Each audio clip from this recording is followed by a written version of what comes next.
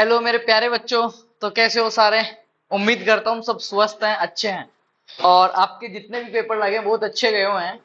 आज अपन बात करेंगे one shot of plant pathology. एक ही क्लास में प्लांट पैथोलॉजी का सारा मैं रिवीजन करवाने वाला हूँ, फास्ट ट्रैक। और यही नहीं कि रिवीजन ही करवाऊंगा, आपके जितने भी अकॉर्डिंग टू 16 कमेटी जो रिपोर्ट है सिलेबस की, जितने भी टॉपिक्स है सबको अपन एक ओवरव्यू देखेंगे, उनका उनको टच करेंगे और इतना टच करेंगे उनको कि उनसे कोई भी क्वेश्चन अगर पूछा जाता है तो आप कुछ ना कुछ लिख के, और क्लास के एंड में आपको मैं महत्वपूर्ण क्वेश्चंस भी बताने वाला हूं कि पेपर में क्या क्या पूछने वाले हैं। ठीक है, मुंह से बोल के ऐसे कैसे मैं आपको बताने वाला हूं।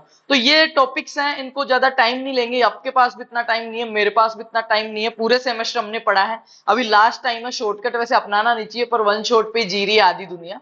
तो जल्दी से शुरू करते हैं और देख लेते हैं कि प्लांट पैथोलॉजी में क्या होता है। तो सबसे पहले मैं आपको प्लांट पैथोलॉजी जो शब्द है उसको डिटेल्स में समझाऊंगा, क्योंकि चीजें बहुत लिखी हुई पड़ी है, अपन समझेंगे। थ्योरी पेपर है कि क्या पूछता है, कैसे आपको लिख के आना है, इसका मतलब क्या होता है। इस शब्द के बारे में जब आपको ज्यादा से ज्यादा वर्ड का नॉलेज होगा, ज्यादा से ज्यादा आपको पता होगा, तो आप लिख पाओगे, और आप लिख पाओगे तो ही अच्छा स्कोर कर पाओगे बेटा। ठीक है, तो बात कर लेते हैं अपन। चलो देख लेते हैं। ये आपके सब्जेक्ट्स चल रहे हैं, इसमें से आपका जो environmental studies and digester management, इसका मैंने वन शॉट करवा दिया था। सॉइल फर्टिलिटी का वन शॉट हो गया, डॉक्टर अजय बोरा सर ने एंटोमोलॉजी का करवा दिया था। लाइव स्टॉक और पोल्ट्री मैनेजमेंट का मैंने करवा दिया। अब लास्ट सब्जेक्ट बढ़ रहा है fundamentals of plant pathology. 3 credit है बेटा, 3 क्रेडिट सब्जेक्ट है, बड़ा मजा आएगा इसमें। चलो इसको देख लेते हैं एक बार। सबसे पहले अगर मैं बात करूं प्लांट पैथोलॉजी की, क्योंकि मैं लिखे हुए फॉर्म में ही लेके आया हूं, क्योंकि इतना टाइम नहीं है अब अपने पास कि सारी चीजों को अपन दोबारा लिख सके। तो आई थिंक दिख रहा होगा आपको बहुत अच्छे से, और कोई दिक्कत नहीं आएगी। जल्दी जल्दी से अपन एक बार रिवीजन कर रहे हैं, ये सब चीजें पहले पढ़ाई हुई है। जैसे ही मैं एक बार इनको मेजर मेजर रिवाइज करवा देता हूं, तो मैं फुल प्ले लिस्ट भी आपको बता दूंगा कि कहां से आपको क्या देखने को मिलेगा बेटा। देखो सबसे पहले यहीं से अपन बात कर लेते हैं कि प्लांट पैथोलॉजी, ये जो शब्द है बेटा पैथोलॉजी, अगर मैं इसको समझाऊं थोड़ा सा आपको, तो अभी प्लांट्स के बारे में बात हो रही है, पहले मैं शब्द का बता दूं।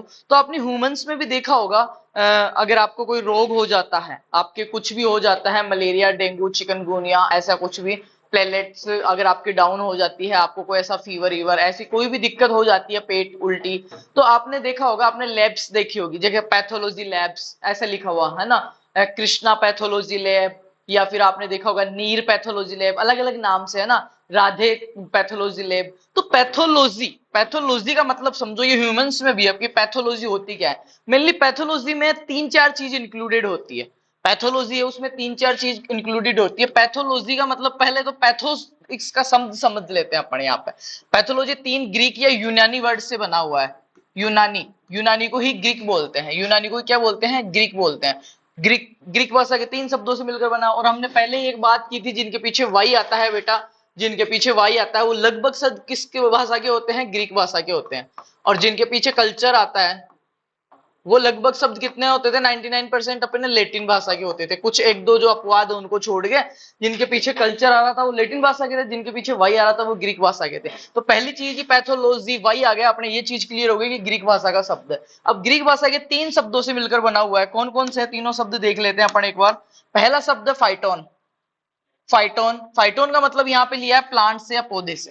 पहला शब्द जो लिया है फाइटोन, फाइटोन का मतलब यहाँ पे प्लांट या पौधा, या आपका जो मेन ऑब्जेक्टिव है अपना वो क्या है? प्लांट या देखो सीधी सी बात समझना, प्लांट पैथोलॉजी 3, पहली बात तो प्लांट पैथोलॉजी एक ग्रीक शब्द है। प्लांट पैथोलॉजी एक ग्रीक या यूनानी शब्द है जो 3 शब्दों से मिलकर बना हुआ। पहला शब्द है पैथोन, पैथोन का मतलब होता है प्लांट्स। दूसरा शब्द पैथोस, देखो समझना, पहला है PHYTON, पैथोन, पैथोन का मतलब यहाँ पे प्लांट से लिया है बेटा। दूसरा शब्द आपका पैथोस, PATHOS, पैथोस का यहाँ पे लिया है बेटा किसी भी एलिमेंट से, या किसी भी सफरिंग से, या मैं कह सकता हूं कोई भी कॉन्सिनेंस, व्याधि या एबनॉर्मल कंडीशन। एबनॉर्मल कंडीशन किसमें बेटा? ये मेरा प्लांट है, ये क्या है? मेरा प्लांट है। और इस प्लांट पैथोलॉजी का पहला ही शब्द है, उसका मतलब ये हो गया फाइटोन, फाइटोन, फाइटोन का मतलब प्लांट। दूसरा जो शब्द हुआ पैथोस, पैथोस का मतलब हो गया इसमें कोई ऐसा एलिमेंट लग गया, इसमें कोई ऐसी सफरिंग, इसको कोई ऐसी दिक्कत आ रही, इसमें कोई प्रॉब्लम हो गई या ऐसा कॉन्सिनेंस, कॉन्सिनेंस का मतलब होता है उत्तेजना, बार बार इसमें कोई ऐसी उत्तेजना हो रही है जिसके कारण इसमें क्या आ रहा है, कोई एबनॉर्मल कंडीशन आ रही है। एबनॉर्मल कंडीशन हो सकती है दो रूप से, इसकी मेटाबॉलिक प्रोसेस में भी हो सकती है और इसकी बाहरी प्रोसेस में भी हो सकती है। मैं ऐसे पूछ रहा हूँ, आपका सर दुख रहा हो, कान में दर्द हो रहा हो, पेट में दर्द हो रहा हो, या आपका उल्टी का मन हो रहा हो, तो क्या आप नॉर्मल रहोगे? आप जो एफिशिएंसी कोई भी काम कर रहे हो, बैठ के लाइब्रेरी में पढ़ रहे हो या क्लास में बैठे हो या जिम में जा रहे हो, गाड़ी चला रहे हो, नहीं चला पाओगे, दिमाग वहीं वहीं जाएगा जो चीज आपके, तो उसको मैं कहूंगा एबनॉर्मल कंडीशन। एबनॉर्मल, आप क्या हो, बिल्कुल भी सामान्य नहीं हो, कुछ ना कुछ आपके दिक्कत हो गई, एबनॉर्मल बोलेंगे बेटा उसको। तो सेम चीज वही है। पहला शब्द है पैथोन, पैथोन का मतलब होता है प्लांट। दूसरा शब्द आ गया आपके पास पैथोस, पैथोस का मतलब कोई भी एलिमेंट्स या सफरिंग हो रही है या फिर उसमें कुछ ना कुछ एबनॉर्मलिटी हो रही है। और लोगोस का मतलब होता है स्टडी करना, LOGUS, लोगस का मतलब होता है क्या, टू स्टडी, STUD, उसके बारे में पढ़ना। तो एक चीज समझ में आ गया पैथोलॉजी में क्या पढ़ेंगे, एक पौधा है, इस पौधे के अंदर कुछ ना कुछ क्या हो रहा है, असामान्यता प्रकट हो रही है, असामान्यता प्रकट हो रही है, और वो क्यों हो रही है उसके बारे में अपन जो स्टडी करेंगे उसी को अपन क्या बोलेंगे बेटा, प्लांट पैथोलॉजी बोलेंगे, पादप रोग विज्ञान बोलेंगे, पादप रोग विज्ञान बोलेंगे। समझ में आया? अब एक चीज मैं फिर से समझा देता हूं, तीन चीज अपने पास आई बेटा यहाँ पे, आप इसको थोड़ा सा समझना। आप प्लांट पैथोलॉजी में तीन शब्द आए अपने पास। पहला ही शब्द आया पैथोस, पैथोन, इसका मतलब हो गया पौधा या पादप। इसका मतलब हो गया क्या, व्याधि, या फिर मैं कह सकता हूं कोई भी सफरिंग या कॉन्सिनेंस, या मैं कह सकता हूं एबनॉर्मल कंडीशन, कंडीशन। और तीसरा आया लोगस, इसका मतलब हो गया स्टडी। अब समझ ला, थोड़ा सा समझ लेना, मैं इतना डिटेल्स में इसलिए समझा रहा हूं, यहां से क्वेश्चन आएगा और थ्योरी पेपर है तो बहुत अच्छा आएगा। ये एक पौधा है, पहले शब्द का मतलब हो गया पौधा। दूसरे शब्द का मतलब बेटा यहाँ पे हो गया, इसके अंदर कुछ ना कुछ क्या हो रहा है, व्याधि हो रही है, कोई रोग हो रहा है, कोई एबनॉर्मल कंडीशन हो रही है, कोई ना कोई इसमें कॉन्शियस हो रही है। अब एक पौधे के अंदर अगर मैं बात करूं उसके मेटाबॉलिक प्रोसेस के अंदर, या उसमें कोई कीट लग गया बेटा, उसमें कोई कीट लग गया, उसमें कोई रोग लग गया, तो वो पौधा क्या सही रूप से ग्रोथ कर पाएगा, सही रूप से फ्लोवरिंग कर पाएगा, सही रूप से वो जो प्रकाश संश्लेषण करता है, क्लोरोफिल जो है उसका, ठीक है, फोटोसिंथेसिस वो करता है, वो कर पाएगा क्या, वो सही प्रकार से श्वसन रेस्पिरेशन कर पाएगा, गैसों का आदान प्रदान कर पाएगा, अपनी लाइफ साइकिल कंप्लीट कर पाएगा? नहीं।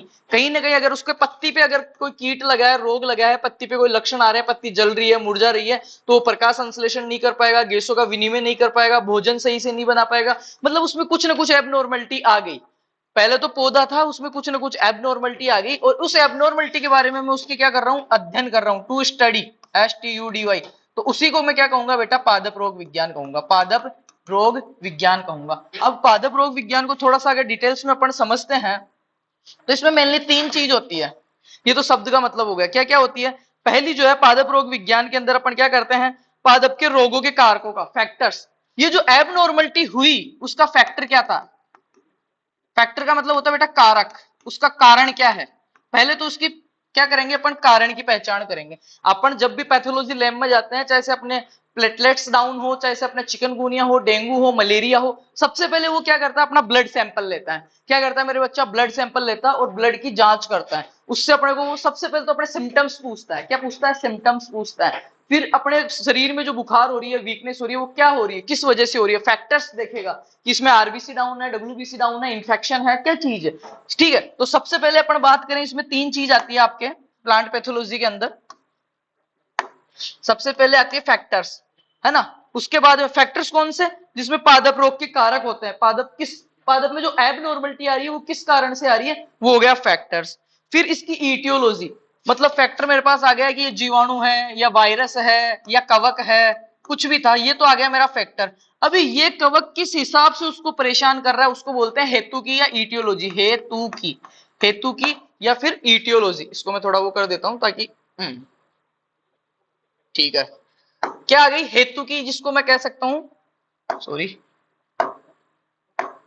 क्या कह सकता हूं उसको, हेतु की या उसकी ईटियोलॉजी, ईटियोलॉजी। और तीसरा जो अपने पास वर्ड आता है बेटा, वो आता है क्या, हेतु की, उसकी हेतु की ईटियोलॉजी को मैं क्या कह सकता हूं, प्रोसेस, प्रोसेस। ठीक है, प्रोसेस किसकी, ये एक स्वस्थ पादप था, इस स्वस्थ पादप पे कोई भी एबनॉर्मल कंडीशन हुई, ये किसके कारण हुई उसका अध्ययन करेंगे। सबसे पहले तो उसकी क्या करेंगे अपन, पहचान करेंगे। पहचान करने के बाद इसने क्या प्रोसेस किया इसके अंदर, क्या इसका क्या रहा प्रोसेस, प्रोसेस क्या रहा, और प्रोसेस के बाद में इस मेरे पौधे में क्या क्या लॉसेस मेरे हो गए, क्या क्या लॉसेस हो गए, क्या क्या मेरी हानियां हो गई, क्या क्या मेरे को दिक्कतें हुई, क्या क्या मेरे लिए ये हार्मफुल है, उनके बारे में अध्ययन करेंगे। ईटियोलॉजी तथा उससे होने वाले लॉस, लॉस का मतलब हानि, उस पौधे को किस किस प्रकार से इफेक्ट किया है, और फाइनली क्या, जब हानि हो ही गई तो अपन क्या करेंगे, उसको छोड़ेंगे थोड़ी, अपन क्या करेंगे उसका मैनेजमेंट करेंगे, MANA, प्रबंधन या उसका नियंत्रण या उसका कंट्रोल या उसकी रोकथाम। यही आपकी प्लांट पैथोलॉजी की डेफिनेशन, और यही प्लांट पैथोलॉजी में करते हैं। प्लांट पैथोलॉजी 3 ग्रीक शब्दों से या यूनानी शब्दों से मिलकर बना है। पहला का अर्थ होता है पादप या पौधा, दूसरा का होता है व्याधि या एबनॉर्मल कंडीशन या कॉन्सिनेंस या कोई भी रोग या डिजीज जो उसके हो रहा है, और तीसरा होता है उसके बारे में अध्ययन करना। तो उसके बारे में क्या क्या अध्ययन करेंगे, सबसे पहले तो करेंगे उसके फैक्टर्स या कारक का अध्ययन करेंगे कि ये किसकी वजह से हो रहा है। फिर बात करेंगे हेतु की, ईटियोलॉजी प्रोसेस किस हिसाब से हो रहा है, क्या क्या स्टेप्स इसमें थे, और जब हो गया तो अपने को क्या क्या उसने लॉसेस कर दिए, और जब लॉस हो गए तो उसका मैनेजमेंट में कैसे कर सकता हूं। यही आपके 4 शब्द आपकी प्लांट पैथोलॉजी की डेफिनेशन में आने वाले हैं, जो आपको मैं बता देता हूं। ठीक है, ये मैंने थोड़ा सा समझाया है ताकि थ्योरी पेपर में आप अच्छे से लिख सको। चलो आगे अब अपन बात कर लेते हैं जल्दी जल्दी से इसके बारे में, अपने पास इतना टाइम नहीं है आज का, क्या मेरा भी यूनिवर्सिटी में थोड़ा रिसर्च का काम है, बाकी पैथोलॉजी का ही है। यहाँ से देख लेते हैं father of plant pathology. World के अगर अंदर बात करूं मैं बेटा, विश्व के अगर अंदर बात करूं प्लांट पैथोलॉजी के जनक की, तो वो कौन है, एंटोन डी बेरी साहब अपने, कौन है, एंटोन डी बेरी। वर्ल्ड के अंदर अगर ये पर्सन आएंगे, ठीक है, वर्ल्ड के अंदर अगर प्लांट पैथोलॉजी के फादर की बात करूं तो वो कौन है, एंटोन डी बेरी है। इसको मॉडर्न माइकोलॉजी का जनक भी कहा जाता है। मॉडर्न माइकोलॉजी क्या होती है, कवकों का अध्ययन। मॉडर्न माइकोलॉजी आधुनिक कवक विज्ञान जिसको बोलते हैं, आधुनिक कवक विज्ञान जिसको बोलते हैं मेरे बच्चा, उसका फादर कौन है आपके, एंटोन डी बेरी। बात करूं मैं इंडिया के अंदर, तो इंडिया का आपको सबको पता है, मैंने बार बार बोल बोल के मेरा गला सूख गया कि भारत के अंदर प्लांट पैथोलॉजी का जो जनक है वो कौन है मेरे बच्चा, इजे बटलर है, इजे बटलर है। विश्व के अंदर बात करूं तो एंटोन डी बेरी है, भारत के अंदर बात करूं तो इजे बटलर है। बाद में बात करते हैं माइकोलॉजी क्या होता है। यहाँ पे शब्द है मॉडर्न माइकोलॉजी, तो माइकोलॉजी मैंने बता दिया study of fungi, study of fungi, और फंजाई मतलब क्या होता है मेरे बच्चा, कवक होता है। फिर बात करते हैं फादर की, वर्ल्ड के अंदर कौन है इसका, PMI के लिए। अगर सिर्फ मॉडर्न माइकोलॉजी का पूछता है तो एंटोन डी बेरी है, और पूछता है माइकोलॉजी का जनक तो PMI के लिए जो है आपका वो विश्व में जनक है। बात करूं इंडिया की तो इंडिया में वही है, इजे बटलर ही। आपके प्लांट पैथोलॉजी का फादर भी इजे बटलर है भारत के अंदर, और आपका जो माइकोलॉजी उसका जनक भी कौन है आपका, इजे बटलर है। अगर बात करूं मॉडर्न प्लांट पैथोलॉजी की, मॉडर्न प्लांट पैथोलॉजी आधुनिक पादप रोग विज्ञान, तो उसका जनक कौन है, जूलियस कूल। कौन है बेटा, जूलियस कूल है। आगे बात कर लेते हैं अपन जूलियस कूल। आगे ये प्लांट पैथोलॉजी शब्द के बारे में मैंने बता दिया, अब इसकी डेफिनेशन के बारे में बात कर लेते हैं बच्चा। ज्यादा टाइम नहीं है, मैं जल्दी जल्दी से रिवाइज करा रहा हूं, पहले फुल पढ़ा दिया। प्लांट पैथोलॉजी या phytopathology, study of plant disease, study of plant disease या प्लांट पैथोजेंस। पैथोजेंस क्या होते हैं वो अभी आगे पढ़ेंगे अपन। अब देखो पैथोन, पहला शब्द आया पैथोन जिसका मतलब होता है प्लांट्स, दूसरा शब्द आया पैथोस, पैथोस का मतलब होता है एलिमेंट, सफरिंग, व्याधि या कॉन्सिनेंस या एबनॉर्मलिटी। लोगस का मतलब होता है टू स्टडी करना। अब डेफिनेशन देख लो, study of causes of disease. Causes of disease का मतलब हो गया, कॉजेज का मतलब होता है बेटा जो रोग फैलाता है। अभी आगे जब टर्मिनोलॉजी पढ़ेंगे उसमें यही पढ़ेंगे अपन। कॉजेज का मतलब क्या होता है, जो रोग को फैलाता है, रोग को फैलाता है। मतलब मैंने पहली चीज बताई थी क्या, उसका क्या हो गया, रोग को फैलाने वाला कौन हो गया, मैं कह सकता हूं उसका फैक्टर, FECTOR, फैक्टर हो गया। उसका कारक कौन सा है, जीवाणु है, वायरस है या कौन है, वो क्या हो गया, उसका फैक्टर हो गया। Study of causes, study of cause of disease, रोग को फैलाने वाला कॉजेज का मतलब होता है यहाँ पे रोग कारक, रोग कारक या फैक्टर या डिजीज फैक्टर या रोग को फैलाने वाला कौन अपने पास आदमी है, कौन सा जीवाणु, कीटाणु, वायरस है वो। और उसकी क्या ईटियोलॉजी, ईटियोलॉजी का मतलब बेटा क्या बताया था मैंने, प्रोसेस, रोग फैलाने की, कि ये एक स्वस्थ पौधा है और इसमें ये कोई भी आदमी है, ये कोई भी अपना फैक्टर है, ये क्या है अपना कोजेज है, कोजेज फैक्टर है, कोजेज रोग फैलाने वाला, ये कौन है, इस फैक्टर के बारे में। और इसकी प्रोसेस क्या है, डायरेक्ट आके तो पौधे पे आक्रमण करेगा नहीं, अपने भी डायरेक्ट कोई रोग आक्रमण नहीं करता, पहले रोग आता है फिर अपन उसके प्रति प्रतिरोधकता दिखाते हैं, फिर वो अगर ज्यादा पावरफुल है तो अपने को डिजीज कर देगा, इन्फेक्शन कर देगा, और अपन ज्यादा पावरफुल है तो अपन उसको मार देंगे। प्रतिरक्षा का नाम सुना होगा आपने, प्रतिरक्षा, ठीक है। इम्यूनिटी सिस्टम, तो इम्यूनिटी सिस्टम अगर अपना उस, ये मान लो ये कोई बुखार या मलेरिया का जो भी है, ये अपने पास आया, मेरे पे अटैक करता है, ये कोरोना का वायरस है, मेरे पे अटैक करता है, मेरी इम्यूनिटी बहुत अच्छी थी तो मैंने इसको मार दिया मेरे शरीर ने, सेल्फ इम्यूनिटी से मेरे कुछ नहीं हुआ। पर अगर ये पावरफुल है, मेरे शरीर की इम्यूनिटी कम है, तो ये मेरे को क्या करेगा, डिजीज फैला देगा। तो पहला इसमें क्या करेंगे, कॉजेज डिजीज, ये क्या है, डिजीज फैलाने वाला फैक्टर है, इसके बारे में स्टडी करेंगे कि ये कौन है। फिर इसकी ईटियोलॉजी, किसने यार कैसे रोग फैलाया, विकास सर के, डायरेक्ट तो फैलाया नहीं, कुछ ना कुछ प्रोसेस हुआ होगा किसी के थ्रू, ये वायरस है किसी के थ्रू आया होगा, हवा पानी या किसी दूसरे आदमी के थ्रू, फिर क्या किया होगा इसने, सर के अंदर घुसा होगा, ये सर मास्क नहीं लगा रखे थे या हाथ लगा के नाक आंख के हाथ लगा लिए, सर के शरीर में घुस गया, फिर इनकी प्रोसेस हुई, फिर बाद में फाइनली शरीर की सर के जो शरीर की इम्यूनिटी है वो हार गई और वायरस जीत गया और शरीर को क्या रोग लग गया, वो प्रोसेस हो गई। फिर क्या होगा, रोग लग गया भाई, वायरस लग गया तो हार्मफुल तो होएगा ही, हार्म्स इसके क्या हानियां, इसकी क्या पढ़ेंगे अपन, हानियां इसके losses, harms causes by disease and control of plant disease, और लास्ट में क्या करेंगे, उस वायरस का कंट्रोल पढ़ेंगे। तो वही फिर घूम फिर के तीन ही चीज आ रही है अपने पास बेटा, क्या, एक तो उसका फैक्टर, एक उसकी इटियोलॉजी प्रोसेस, एक उससे होने वाले नुकसान और उसका कंट्रोल, इसी को अपन क्या कहेंगे, प्लांट पैथोलॉजी कहेंगे। ठीक है, एक बार और देख लो फिर मैं नीचे और बता दूंगा। टू स्टडी, यहाँ पे देखो, study of causes of disease बिल्कुल छोट में लिखी है, आगे बड़ी डेफिनेशन भी आएगी, study of causes of disease, etiology, harms causes by disease and control of plant disease। पादप रोग विज्ञान कृषि विज्ञान या जीव विज्ञान या पादप या बोटनी की वह शाखा है जिसके अंदर पादप रोगों के कारकों, पादप रोगों के कारक, पादप रोग के कारक जो है फैक्टर्स लाइक पैथोजन, व पैथोजन, फैक्टर्स को क्या बोलेंगे, पैथोजन, और पैथोजन क्या होता है, जो रोग फैलाता है, अभी आगे समझाऊंगा मैं ये चीज, पहले डेफिनेशन ही देख रहे हैं। ठीक है, वह शाखा है जिसमें पादप रोगों के कारकों फैक्टर्स लाइक पैथोजन से उनसे उनकी हेतु की, मतलब ईटियोलॉजी प्रोसेस तथा उनसे होने वाली हानियां लॉसेस और उनके नियंत्रण मैनेजमेंट का अध्ययन किया जाता है, उसको अपन क्या कहते हैं बेटा, प्लांट पैथोलॉजी कहते हैं। अब देख लो definition, definition of plant pathology, plant pathology is the significant study of plant disease, क्या है ये, एक स्पेशल अध्ययन है किसके बारे में, पादप रोग विज्ञान के बारे में, या प्लांट डिजीज पादप रोग के बारे में, including there causes, including there causes का मतलब होगा इंक्लूडिंग देयर कॉजेज, वो किससे फैल रहा है, उसके रोग कारक, इसमें क्या क्या, एक समझना डेफिनेशन को, मैं फिर से समझा रहा हूं, एक डेफिनेशन मैंने पहले बता दी, एक और बता रहा हूं।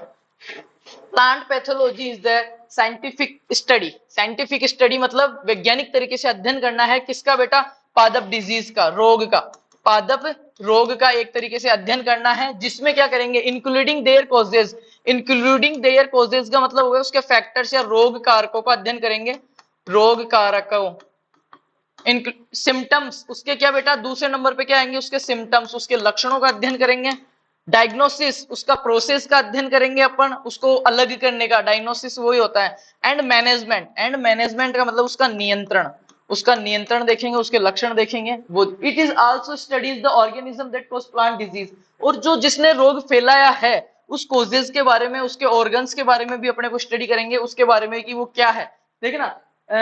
It also study the organism that cause plant, ऐसा कौन सा वो ऑर्गेनिज्म है जिसने रोग फैलाया प्लांट के अंदर, सच एज ए फंजाई, वो फंजाई है या वो बैक्टीरिया है या वो वायरस है या वो निमेटोड है, ये भी अपन देखेंगे, as well as the plants immunity system and various methods used to management plant disease, उसका मैनेजमेंट भी देखेंगे, अलग अलग मेथड उसके मैनेजमेंट के देखेंगे। ये हो गया, आगे चलते हैं। ये सबसे पहला जो आपका क्वेश्चन आएगा वो ये आएगा, two main objective of plant pathology, plant pathology के क्या क्या ऑब्जेक्टिव्स है बेटा, प्लांट पैथोलॉजी की क्या क्या ऑब्जेक्टिव है, पहला प्रश्न ये आएगा। तो प्लांट पैथोलॉजी के ऑब्जेक्टिव क्या क्या है, मैं कह सकता हूँ ऑब्जेक्टिव का मतलब उद्देश्य, पादप रोग विज्ञान के क्या क्या उद्देश्य होते हैं, मैं जल्दी जल्दी से इनको वो करवाता हूँ क्योंकि अपने पास पूरे 15-16 टॉपिक्स हैं, सारा को अपने को देखना है।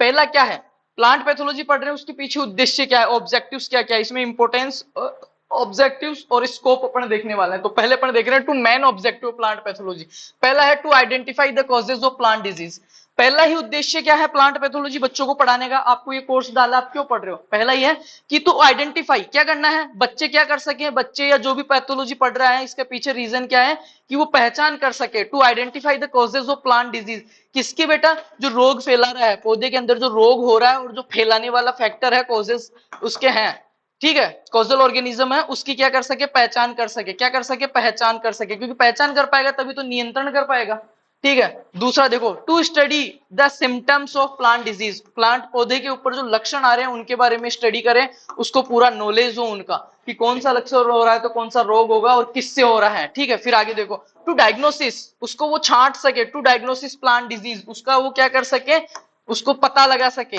डायग्नोसिस कर सके उसको। डायग्नोसिस का मतलब अपन यहाँ ले सकते हैं आइसोलेशन, या उस रोग को अलग कर सके उससे। डायग्नोसिस, डायग्नोसिस लैब्स वगैरह होती है ना, वहां पे अपने को बताते हैं वो इस हिसाब से।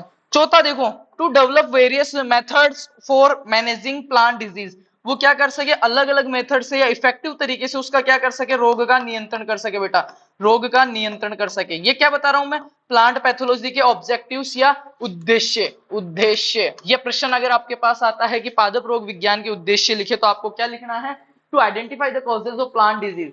बच्चा या जो भी प्लांट पैथोलॉजी पढ़ रहा है उसका क्या उद्देश्य है, सबसे पहला प्लांट पैथोलॉजी पढ़ाने का कि वो रोग की पहचान कर सके, किससे रोग फैल रहा है, उसके लक्षणों की वो पहचान कर सके, उसका डायग्नोसिस वो कर सके, और अलग अलग उसके the develop various methods, various method मतलब बहुत भिन्न भिन्न अलग अलग मेथड, जिसमें कल्चरल, बायोलॉजिकल, केमिकल, ये मेथड्स आएंगे अभी प्लांट डिजीज कंट्रोल अपन पढ़ेंगे तब। तो develop various methods for managing plant disease. आगे देखते हैं, to promote safe and effective methods of plant disease. To promote, वो क्या कर सके, टू प्रमोट, उस रोग को नियंत्रण करने के लिए सेफ एंड इफेक्टिव, सेफ का मतलब होता है सुरक्षित, सुरक्षित, और इफेक्टिव का मतलब होता है प्रभावी, सुरक्षित व प्रभावी उपाय उसके वो कर सके। यही क्या है बेटा अपने प्लांट पैथोलॉजी क्या है, मेन ऑब्जेक्टिव्स है बेटा, क्या है मेन ऑब्जेक्टिव्स है, मैंने 5 ऑब्जेक्टिव बताए हैं।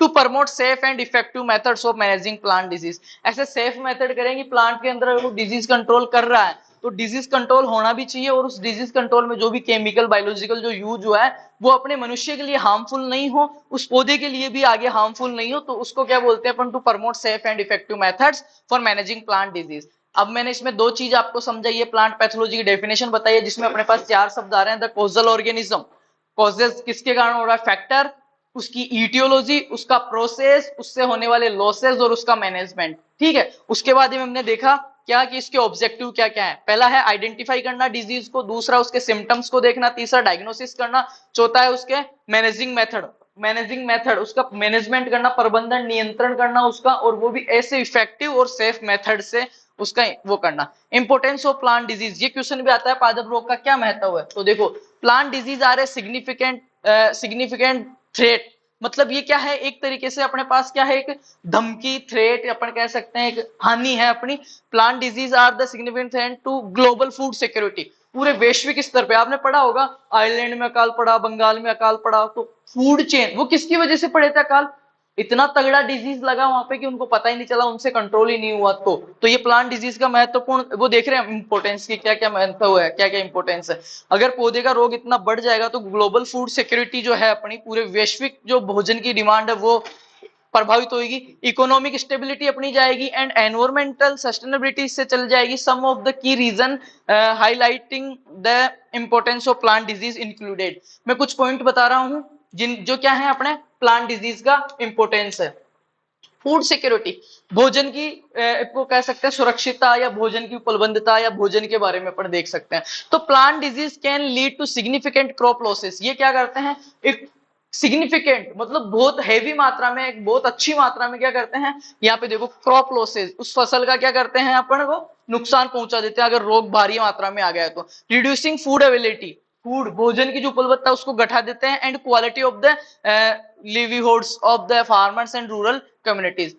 अगर पौधे में रोग लगेगा तो पहले हमने पढ़ा हानि ही लगेगी, रोग क्या है, एक हानिकारक प्रक्रम है, ये तो चीज मैंने बताना ही भूल गया, अभी आगे आपको बताता हूं जब डिजीज की डेफिनेशन अपन पढ़ेंगे बेटा, उस टाइम पढ़ेंगे कि रोग क्या है, एक हानिकारक प्रक्रम है। रोग अगर लगेगा, चाहे पौधे में लगे, चाहे मेरे में लगे, चाहे आप में लगे, ये कभी भी लाभ नहीं करेगा, ये हानि पहुंचाएगा। दूसरी चीज ये क्या करेगा, बार बार उत्तेजना, कॉन्सिनेंस करेगा, अपने को हानि पहुंचाएगा और अपने को इफेक्ट करेगा, अपनी जो इफेक्टिविटी है, जो इफेक्टिवनेस है उसको हमेशा कम कर देगा रोग। ठीक है, तो फूड सिक्योरिटी में आपने देखा कि ये क्या करता है, क्रॉप लॉसेस करता है, रिड्यूसिंग फूड अवेलेबिलिटी करता है, क्वालिटी एंड थ्रेटिंग लाइवलीहुड, जो जितने भी अपने फार्मर और रूरल कम्युनिटी है उनको हटाए, क्या करेगा, नीचे ले आएगा। Economic impact, plant disease can causes sustainable economic losses affecting not only farmers but also entire agriculture value chain including process, trades and consumers. ये क्या करेगा, केवल फार्मर को ही इफेक्ट नहीं करेगा इकोनॉमी स्तर पे। अगर रोग लगेगा तो आपको पता है ऊपर हमने देखा क्वालिटी भी गिर जाएगी।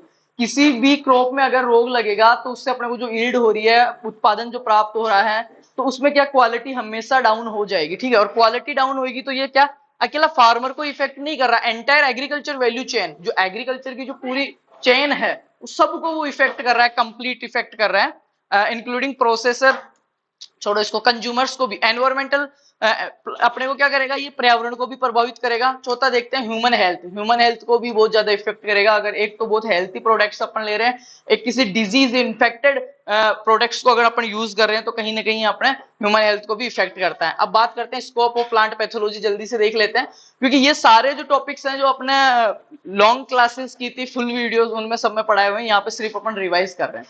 तो जिन्होंने वहां पे देखा तो बहुत अच्छी बात है, नहीं देखा है तो एक बार दोबारा से ओवरव्यू अपन देख रहे हैं। ये क्वेश्चन आपका बहुत महत्वपूर्ण है कि scope of plant pathology, plant pathology का स्कोप क्या है। तो पहला देखो, plant pathology is the significant scientific study of the plant disease including there causes, symptoms, diagnosis, ये हमने देखा।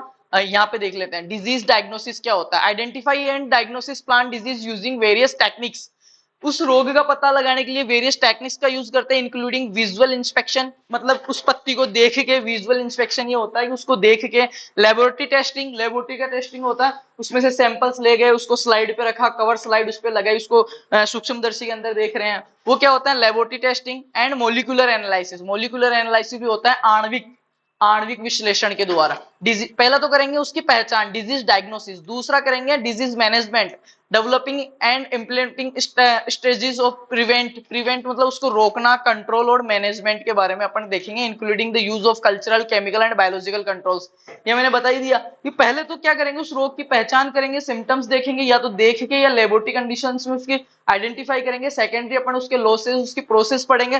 थर्ड नंबर पे अपन क्या करेंगे, उसका कंट्रोल एंड मैनेजमेंट, वो भी including the use of cultural, chemical and biological, अपन देखेंगे कौन सा सेफ और इफेक्टिव मेथड है उसके द्वारा करेंगे। डिजीज रेजिस्टेंस, फिर अपन क्या करेंगे, अपने को पता चल गया, प्लांट पैथोलॉजी की इंपॉर्टेंस बता रहा हूं, अपने को पता चल गया तो थर्ड यहाँ पे है डिजीज रेजिस्टेंस, रोग प्रतिरोधकता विकसित करेंगे। कुछ ऐसी वेराइटीज निकालेंगे, कुछ ऐसे उनमें जीनोम डालेंगे कि उस रोग के प्रति वो क्रॉप क्या हो जाए, रेजिस्टेंस हो जाए। क्योंकि सबसे महत्वपूर्ण अगर कंट्रोल है रोगों का, बहुत ज्यादा स्तर पे अगर रोग फैल रहे हैं तो सबसे महत्वपूर्ण और प्रभावी जो कंट्रोल है वो ये होता है डिजीज रेजिस्टेंस। कितने दिन केमिकल लगाओगे, उसके जीन में ही कुछ ऐसी चीज डाल दो कि वो उस डिजीज के प्रति रेजिस्टेंस हो जाए। देखो यहाँ पे breeding and developing crop varieties with inherent resistance to specific plant disease, ठीक है। एपिमेडोलॉजी उसकी पढ़ेंगे। उसके बाद में देख लो molecular plant pathology, applying the molecular techniques such as the PCR scanning and genomic to understand the molecular mechanism underlying plant disease। ये हो गए बात। अब बात करते हैं ऑब्जेक्टिव्स ऑफ प्लांट पैथोलॉजी। ये मैंने पहले बता दिया, एक बार और बता देता हूं ऑब्जेक्टिव क्या क्या है प्लांट पैथोलॉजी के। ऑब्जेक्टिव देख लेना, रिड्यूसिंग क्रॉप लॉसेस, सबसे पहले तो रोगों के द्वारा जो फसल के अंदर नुकसान हो रहा है उसको सबसे पहले तो कम करना, ठीक है। दूसरा है इंप्रूविंग डिजीज मैनेजमेंट, उस रोग को नियंत्रण करने के लिए जो अपने पास मैनेजमेंट प्रैक्टिसेस थी उनको इंप्रूव करना। ये क्या बता रहा हूं मैं, प्लांट पैथोलॉजी के ऑब्जेक्टिव्स बता रहा हूं। पहला तो क्या, उस रोग से होने वाली हानि को कम करना बेटा। दूसरा क्या है, इंप्रूविंग डिजीज मैनेजमेंट, उसका जो मैनेजमेंट कर रहे थे उसमें इंप्रूविंग और सेफ जो मेथड्स हैं उनको यूज करना। तीसरा है इनहेंसिंग डिजीज रेजिस्टेंस, उसमें रोग प्रतिरोधक क्षमता विकसित करना।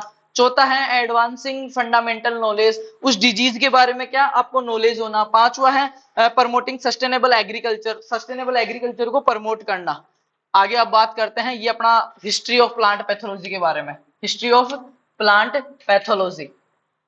ये बात हो गई प्लांट पैथोलॉजी किसे कहते हैं, डेफिनेशन हमने बता दी, शब्द के बारे में हमने बता दिया, इंपोर्टेंस ऑफ प्लांट डिजीज देख लिया, ऑब्जेक्टिव्स देख लिए, स्कोप उसके देख लिया अपन ने। अब अपन बात करें हिस्ट्री ऑफ प्लांट पैथोलॉजी की। अब यहाँ से थोड़ा सा आपको जुड़ने में मजा आएगा और पढ़ने में भी मजा आएगा, ठीक है।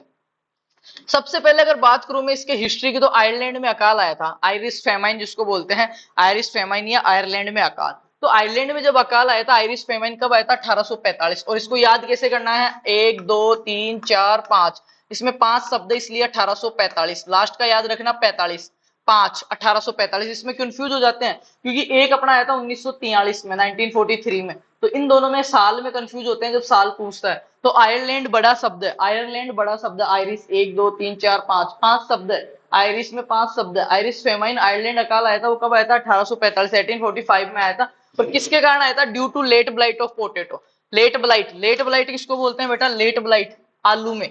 पोटैटो मतलब आलू, देखो पोटैटो मतलब आलू, और late blight of potato, late blight मतलब आलू में पछेती झुलसा, पछेती झुलसा रोग के कारण क्या हुआ था? आयरलैंड में 1845 में अकाल आया था, और इसका जो कोजल ऑर्गेनिज्म था, जो का कारक जिसको बोलते हैं, फैक्टर जिसको बोलते हैं, पैथोजन जिसको बोलते हैं, क्या बोलते हैं बेटा? पैथोजन। अभी आगे अपना थर्ड टॉपिक आएगा, उसमें यही आएगा। तो उस कौन था? फाइटोप्थेरा इन्फेंटिस, फाइटोप्थेरा, फाइटोप्थेरा इन्फेंटिस, इन्फ्रेंटिस। ये क्या है? एक कवक है। क्या है? कवक है। इसके कारण आया था। और आयरलैंड कहाँ पे पड़ता है? यूरोप में पड़ता है। आयरलैंड, आयरिश फेमाइन क्या है? Europe. 1845 late blight of potato के कारण आया था। कोजल ऑर्गेनिज्म था, फाइटोप्थेरा इन्फेंटिस था। Due to this disease 1.2 million people died to due to starvation. ये रोग जब आलू में आया, वहां आलू क्या है? उनकी मुख्य खाने वाली सब्जी है या भोजन है।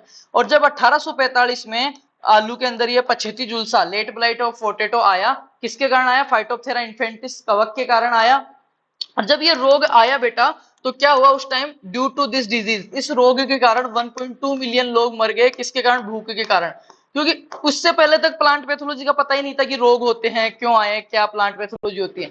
जब सबसे पहले आयरलैंड में ये अकाल पड़ा और सारे आलू वहां के नष्ट हो गए खेत की खेत में, और लोग भूखे मर गए, 1.2 मिलियन लोग भूखे मर गए।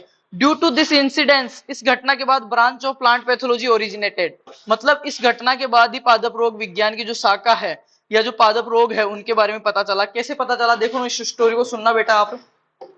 जब 1845 के अंदर इतना भारी वहां पे खेतों में पूरा माल ऐसे रह गया, लोग भूख से मरने लग गए, तो उन्होंने देखा कि यार ऐसा क्या हो रहा है, मतलब क्यों अपना आलू उत्पादन नहीं दे रहा है, या क्यों आलू खेत की खेत में नष्ट हो रहा है। तो उस टाइम है ना, किसने, आपका जो एंटोन डी बेरी है, उन्होंने, वो वहीं थे। तो उन्होंने देखा कि यार ऐसी क्या चीज हो गई। जब तक जरूरत नहीं पड़ी तब तक पता नहीं था भाई। एक दो आलू 10 किलो 20 किलो नष्ट हो रहे थे, और पैदा हो रहे थे, चल रहा था काम। पूरे ही नष्ट हो गए, लोग बाग भूख से ही मरने लग गए। तब उन्होंने सोचा कि यार क्यों, ऐसा क्यों हो रहा है। और इस घटना के बाद ही क्या हुआ? प्लांट पैथोलॉजी जो ब्रांच है आपकी, उसका क्या ओरिजिन हुआ। ये देखो, ड्यू टू दिस इंसिडेंस, इस घटना के बाद branch of plant pathology originate, detail study of late blight potato किसने की थी? एंटोन डी बेरी ने की थी। और इसी कारण इनको क्या बोलते हैं? फादर बोलते हैं बेटा, father of plant pathology in the world. वो कौन है? Doctor Anton de berry. कौन है? Anton de berry. और एंटोन डी बेरी ने कब किया था? ड्यू टू दिस इंसिडेंस, जो आयरलैंड में 1845 में अकाल पड़ा, फाइटोप्थेरा इन्फेंटिस लेट ब्लाइट ऑफ पोटैटो, उस घटना के बाद 1.2 मिलियन लोग भूख से मर गए। तो उन्होंने सोचा यार क्या हुआ, पौधा आलू का अपना खेत से फैक्ट्री तक क्यों नहीं जा रहा, आलू मिल क्यों नहीं रहा। तो उन्होंने सर्च किया, खूब उस पर स्टडी की। किसने की? एंटोन डी बेरी ने की। और वहीं से ये क्या बन गए? इसके जनक बन गए प्लांट पैथोलॉजी के, और इंडिया के अंदर इजे बटलर बन गए। सेकंड नंबर पे अपन देखते हैं कॉफी लीफ रस्ट। बेटा कौन सा है? Coffee leaf rust. अब इनको ज्यादा टाइम नहीं लगाएंगे, ये आपको याद ही करनी पड़ेगी, हिस्ट्री समझाने की चीजें आएगी आएगी अपने। कॉफी लीफ रस्ट 1875, 1845 के बाद में 1875, 1875 एपिडेमिक के रूप में शिलोंग या श्रीलंका की पहाड़ियों में आया। और ये किससे होता? हेमिलिया वेस्ट्रिगोला, हेमिलिया वेस्ट्रिगोला, हेमिलिया वेस्ट्रिगोला ये था, फंजाई था, एक कवक था, उसके कारण हुआ। इसका गण जो था, ऑर्डर, वो कौन सा था? पक्षीनिया। क्या था? पक्षीनिया था। Introduce in the India from Sri Lanka. ये प्रश्न आता है कि श्रीलंका से भारत के अंदर कॉफी का कौन सा रोग आया था? श्रीलंका से भारत के अंदर कॉफी का कौन सा रोग आया था? तो वो कौन सा था बेटा? Coffee leaf rust. Coffee leaf rust 1875 में आया था। शिलोंग, श्रीलंका की पहाड़ियों से वो यहाँ पे आया अपने पास। और किसके द्वारा होता था? एक कवक था, हेमिलिया वेस्ट्रिगोला, उसके द्वारा होता था, जो कि पक्षीनिया गण का था। Introduce in the India from Sri Lanka. उसके बाद में देखते हैं downy mildew of grapes. Downy mildew of grapes, ये भी बहुत ही तगड़ी घटना हुई। डाउनी मिल्ड्यू जो है आपका, जिसको अपन बोलते हैं मर्दुल रोमिल आशिता, डाउनी मिल्ड्यू ऑफ ग्रेप्स, अंगूर का। ग्रेप्स मतलब अंगूर, अंगूर में एक रोग लगता है बेटा, ये 1878 में आया। सबसे पहले हमने बात की 1845 आयरलैंड में अकाल, जिसके कारण 1.2 मिलियन लोग भूख से मर गए, फाइटोप्थेरा इन्फेंटिस का वक्ष हो रहा था। और इस घटना के बाद ही प्लांट पैथोलॉजी का ओरिजिन हुआ। और सबसे पहले किसने काम किया यूरोप में इस पे? एंटोन डी बेरी ने। इसलिए उनको क्या कहा? Father of plant pathology. और भारत के अंदर father of plant pathology E J Butler. उसके बाद में अपने पास आया बेटा कौन सा? Coffee leaf rust, coffee leaf rust. उसके बाद में अपने पास आया 1878, 1878 के अंदर कौन सा आया? डाउनी मिल्ड्यू ऑफ ग्रेप्स, अंगूर का डाउनी मिल्ड्यू रोग, या मर्दुल रोमिलाशिता या तुलाशिता रोग इसको बोलते हैं। और ये किससे होता है? प्लाज्मोस्पोरा विटिकोला। अंगूर का नाम क्या है? वाइटिस विनिफेरा। अंगूर का नाम क्या है? वाइटिस विनिफेरा। और ये रोग जो होता है प्लाज्मोस्पोरा विटिकोला, विटिकोला से याद रहेगा अंगूर, विटिकोला या वाइटिसी, वाइटिस विनिफेरा, विटिकोला, प्लाज्मोस्पोरा विटिकोला। ये क्या होता है? इसमें एक फंगल कवकीय ग्रोथ होने लग जाती है अंगूर के ऊपर, एक फंगल ग्रोथ होने लग जाती है, इसके कारण होता है। इन 1885 पॉट पीएमए मिल्ला डेट ने बोर्डेक्स मिश्रण तैयार किया, पीएमए मिल्ला डेट। अब देखो क्या हुआ, ये रोग जब हो रहा था, अंगूर की बेलें लगी हुई थी और रोड के किनारे पे इन्होंने कुछ स्प्रे करना था, तो उस स्प्रे किया ना, तो देखा आपने, इन्होंने देखा कि जिन जिन पेड़ों के पास पास स्प्रे किया है वहां पे ये रोग कंट्रोल में हो गया। तो इनको बाद में पता चला, ये भी एक दुर्घटनावश या कह सकते हैं अपन संयोगवश ही इसका, आपने सुना होगा बोर्डेक्स मिक्सचर, मैंने वीडियो भी डाल रखा है, अपन तनों वगैरह पे लगाते हैं बोर्डेक्स मिक्सचर। तो वो देखो बोर्डेक्स मिक्सचर में क्या होता है, बैक्टीरिया साइड और फंजीसाइड होते हैं, जीवाणुनाशी और कवकनाशी होते हैं। और क्या क्या, CuSO4 5 पाउंड, लाइम 5 पॉइंट और वाटर 50 गैलन। ये क्या होता है आपके बोर्डेक्स मिश्रण का वो है। और बोर्डेक्स मिश्रण की खोज किसने की थी? गलती से हुई थी, पर की किसने थी? पीएमए मिल्ला डेट ने की थी बेटा।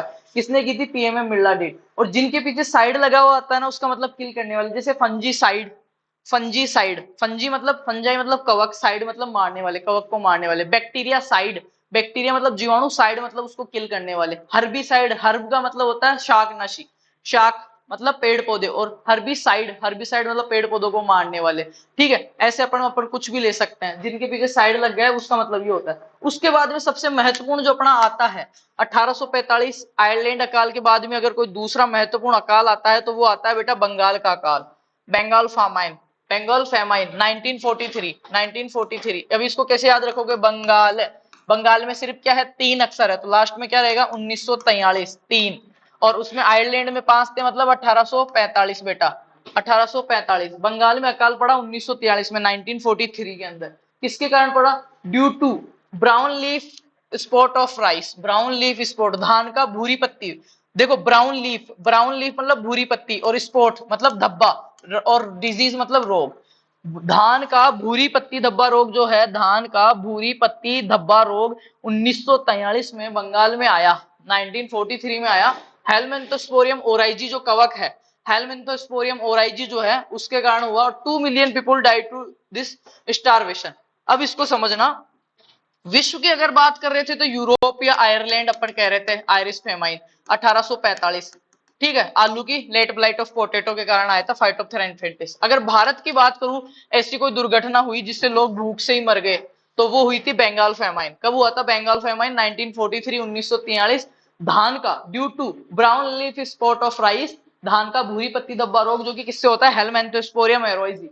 यहाँ पे लिखा हुआ है बेटा इसका कोजल ऑर्गेनिज्म, हेलमिंथोस्पोरियम ओराइजी। और ये इससे क्या होता? 2 million people die to, 20 lakh लोग भूख से मर गए थे बंगाल के अंदर। बंगाल में जब ये रोग आया, वहां पे मेजर जो खाने वाली, जो अपन बात करें सीरियल क्रॉप्स की, तो उनमें क्या था? वहां पे राइस खाते हैं बंगाल के लोग। और वहां पे 1943 में पूरा का पूरा चावल खत्म हो गया, जैसे आयरलैंड में हुआ था। तो खाने के लिए नहीं मिला, एकदम से अकाल पड़ गया। और वो अकाल किससे पड़ा? ये जो रोग था ब्राउन लीफ स्पॉट, ये इतने तगड़े पैनिक स्ट्रेटजी में आया, पैनिक सिचुएशन में आया, कि पूरे धान को ही खत्म कर दिया। कौन सा था? धान का भूरी पत्ती धब्बा रोग। और किसके कारण हो रहा था? हेलमिंथोस्पोरियम ओराइजी के कारण हो रहा था। उसके बाद में देख लेते हैं 1944।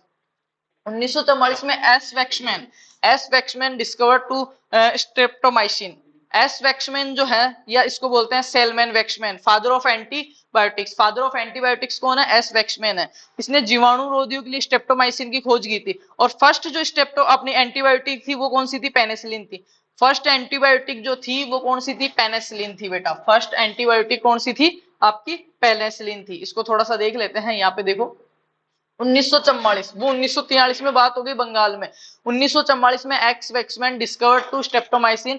ये स्ट्रेप्टोमाइसिन क्या थी? एक एंटीबायोटिक थी, फर्स्ट एंटीबायोटिक थी। पेनिसिलिन थी, अलेक्जेंडर फ्लेमिंग ने पेनिसेटम नोटेटम कवक से खोजा था। पेनिसिलिन नोटेटम कवक जो था, उससे उन्होंने पहली एंटीबायोटिक बनाई। कौन सी?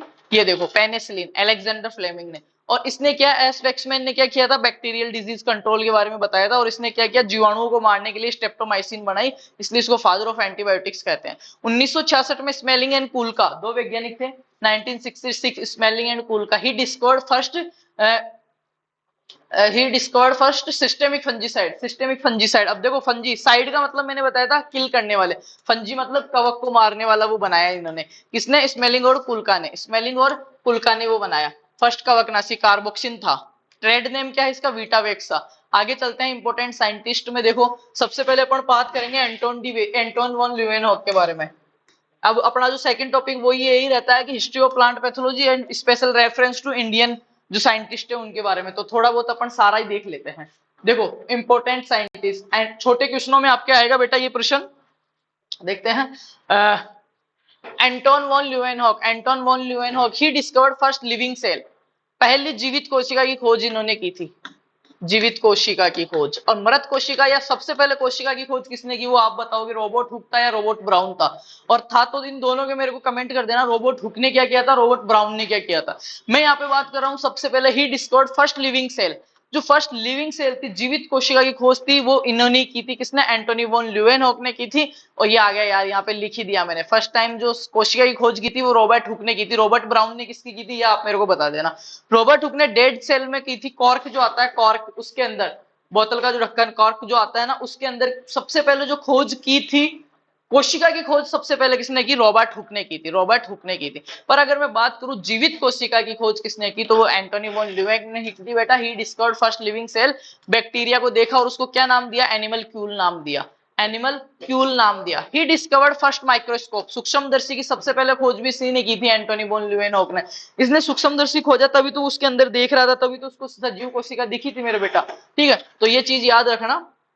इसने क्या किया? माइक्रोस्कोप का खोज किया, तो इसको माइक्रोबायोलॉजी, फादर ऑफ माइक्रोबायोलॉजी, सूक्ष्म जीव विज्ञान, सूक्ष्म जीव विज्ञान का जनक किसको कहते हैं? सूक्ष्म जीव विज्ञान का जनक या फादर या पिता या बाप किसको बोलते हैं अपन? एंटोनी वॉन ल्यूवेनहॉक को, एंटोन वॉन ल्यूवेनहॉक को। एंटोन वॉन ल्यूवेनहॉक ने क्या किया था? सबसे पहले एक लिविंग सेल्स की खोज की थी और उसको क्या नाम दिया? एनिमलक्यूल नाम दिया। सबसे पहले सूक्ष्मदर्शी की खोज की और इसको फादर ऑफ माइक्रोबायोलॉजी कहते हैं। उसके बाद में आ गया बेटा एंटोन डी बेरी, बेरी साहब फिर से आ गए हैं। Anton de Bary, father of plant pathology in the world. क्या है ये? Father of plant pathology in the world. अगर मैं बात करूं father of plant pathology in India, E J Butler भाई साहब। Father of modern experimental plant pathology कौन थे? यही थे। Father of modern experimental plant pathology कौन है? एंटोन डी बेरी है। क्या है? एंटोन डी बेरी है। आगे बात करते हैं इसी में, father of modern experimental plant pathology Anton de Bary. Father of modern mycology Anton de Bary. Father of detail study of late blight of potato, ये फिर से आ गया बेटा, लेट ब्लाइट ऑफ पोटैटो, आलू का पछेती झुलसा। फाइटोप्थेरा इन्फेंटिस कब था? 1845। याद रखने की क्या ट्रिक है? आयरलैंड, 5 शब्द आएंगे, ठीक है। फाइटोप्थेरा इन्फेंटिस के कारण हुआ था। इसी के कारण क्या हुआ था? प्लांट पैथोलॉजी ब्रांच का ओरिजिन हुआ। 1.2 मिलियन पीपुल्स आयरलैंड के अंदर, यूरोप के अंदर, आयरिश के अंदर 1845 के अंदर मर गए थे भूख से इस कारण। Discovered heteroecious nature of black stem rust, इसने ये किया। और अगर मैं बात करूं टर्म्स कौन कौन सी, तो बायोट्राफ्स, फैकल्टेटिव पैरासाइट और फैकल्टेटिव सेप्रोफाइट। अब ये क्या होते हैं ये अभी नेक्स्ट स्लाइड में अपने पास आ जाएंगे। पर ये जो शब्द हैं बायोट्राफ्स, फैकल्टेटिव पैरासाइट और आपका फैकल्टेटिव स्पेरोफाइट, वो सारे शब्द किसने दिए थे? एंटोन डी बेरी ने दिए थे। एंटोन डी बेरी कौन है? Father of plant pathology in the world. Bharat की अगर बात करूं तो कौन है बेटा? इजे बटलर। कौन है? इजे बटलर। आगे चलते हैं। पीएमआई के लिए, पीएमआई के लिए जो है जल्दी जल्दी से देख लेते हैं। पीएमआई के लिए ने father of mycology in world, father of mycology in the world book जो इन्होंने लिखी थी, नोवा प्लेंटेनरम जेनेरा। नोवा प्लेंटेनरम जेनेरा जो बुक है वो किसने लिखी थी? अपने पीएमआई के लिए ने लिखी थी। उसके बाद में देखते हैं रॉबर्ट हैटिंग। रॉबर्ट हैटिंग क्या कर रहे थे?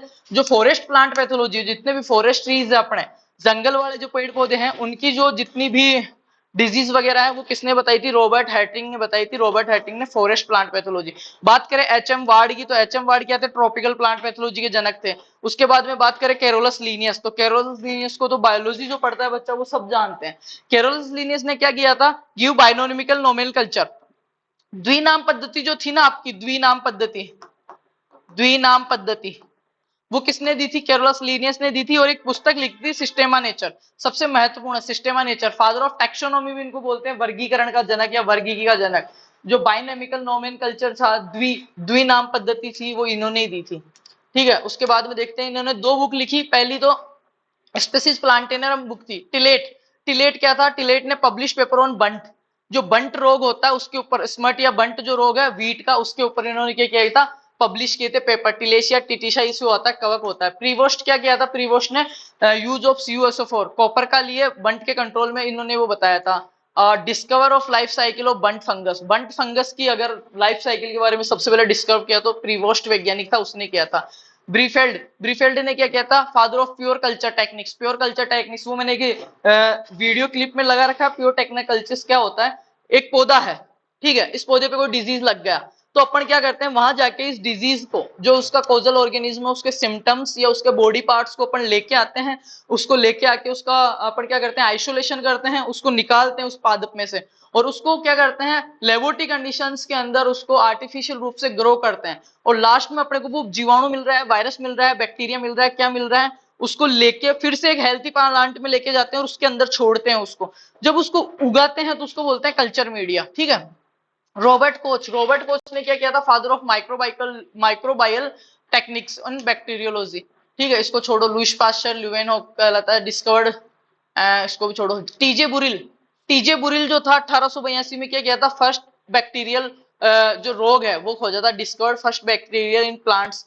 कौन सा, फायर ब्लाइट ऑफ पियर। ये याद रख लेना, दुनिया का सबसे पहला जीवाणु से होने वाला रोग कौन सा था, नाशपाती का दर्दंगमारी, जिसको बोलते हैं फायर ब्लाइट ऑफ पियर। पियर का मतलब होता है बेटा नाशपाती, पियर का मतलब क्या होता है, नाशपाती। ये दुनिया का पहला क्या था, जीवाणु से होने वाला रोग था। फिर देखते हैं जो किससे होता है, इर्विनिया एमाइलोफेरा। किससे होता है, इर्विनिया एमाइलोफेरा।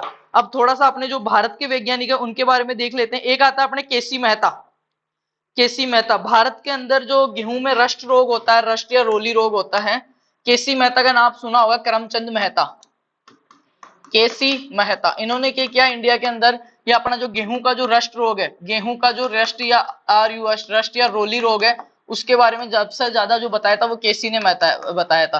किसने बताया था, केसी मेहता ने क्या किया, इसके बारे में बताया। उसके बाद में अगर बात करें अपन शेफर्ड, तो शेफर्ड ने क्या किया था, फूल गोभी में मोजेक वायरस के बारे में बताया था। शेफर्ड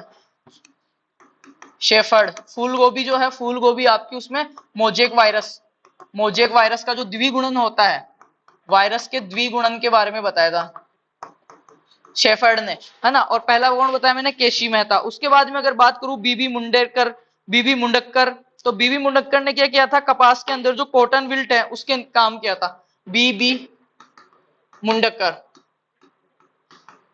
इसने क्या किया था, कपास पे विल्ट रोग जो होता है, कपास का विल्ट, WILT, विल्ट के मैनेजमेंट पे इसने अच्छा काम किया था। किसने, बीबी मुंडेकर ने। तो ये मैंने आपको साइंटिस्ट बता दी, इसकी हिस्ट्री बता दी। अब सबसे महत्वपूर्ण टॉपिक आता है अपने पास, इंपॉर्टेंट टर्मिनोलॉजी। अब देखो इसको समझते हैं, समझने की चीज यही है। अभी मैं क्लास के एंड में सारा आपको बता भी दूंगा कि कंप्लीट क्लासेस कहाँ पे है इसकी, ठीक है।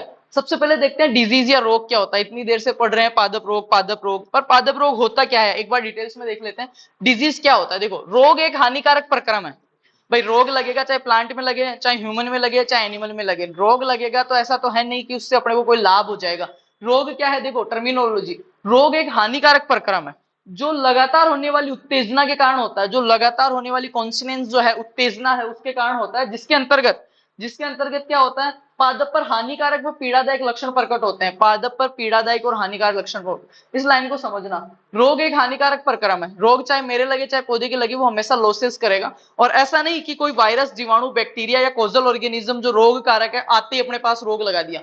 वो पहले अपने ऊपर अटैक करेगा, बार बार अपने को कॉन्सिनेंस करेगा, उत्तेजित करेगा अपने को, किसी सेल्स को या अपने इम्यूनिटी सिस्टम को, बार बार उस पर वो क्या करेगा, अंगुली करेगा। और वो जब अंगुली करेगा बार बार, अपने जब दर्द हो रहा है कहीं पे भी, दाढ़ में, सर में, माथे पे, कान पे, तो अपने क्या होएगा, अपन प्रभावित होंगे तो अपने ऊपर क्या होंगे, सिम्टम्स, लक्षण आएंगे। और लक्षण कैसे आएंगे बेटा, पीड़ादायक लक्षण आएंगे। ऐसा तो है नहीं कि मेरे दाढ़ में कीड़ा खा रहा है, मेरे को मजा आ रहा है, नहीं आएगा ना। दर्द होएगा तो पीड़ादायक लक्षण होंगे, तो ये क्या हानि तो करेगा। कहीं ना कहीं मेरी इफिशियंसी है पढ़ाने की, लिखने की, पढ़ने की, खाने की, कहीं ना कहीं मेरा जो उत्पादकता है, इफिशियंसी है, वो क्या होगी, घटेगी बेटा। इसलिए देखो रोग एक हानिकारक प्रक्रम है जो कि लगातार होने वाली उत्तेजनाओं के कारण होता है, जिसके अंतर्गत पादप पर हानिकारक व पीड़ादायक लक्षण प्रकट होते हैं और पौधे की सामान्य जैविक क्रियाएं उससे क्या होती है, असामान्य हो जाती है।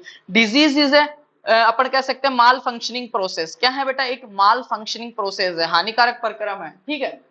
यहाँ पे देखो सीधी सी एक ही डेफिनेशन लिखी है मैंने, छोटी सी, कि abnormal condition due to biotic and abiotic factors. समझना इसको, मैं जल्दी जल्दी से समझा रहा हूं, इतना टाइम है नहीं अपने पास। डिजीज किसे कहेंगे, देखो रोग या डिजीज या व्याधि, abnormal condition due to biotic and abiotic factors.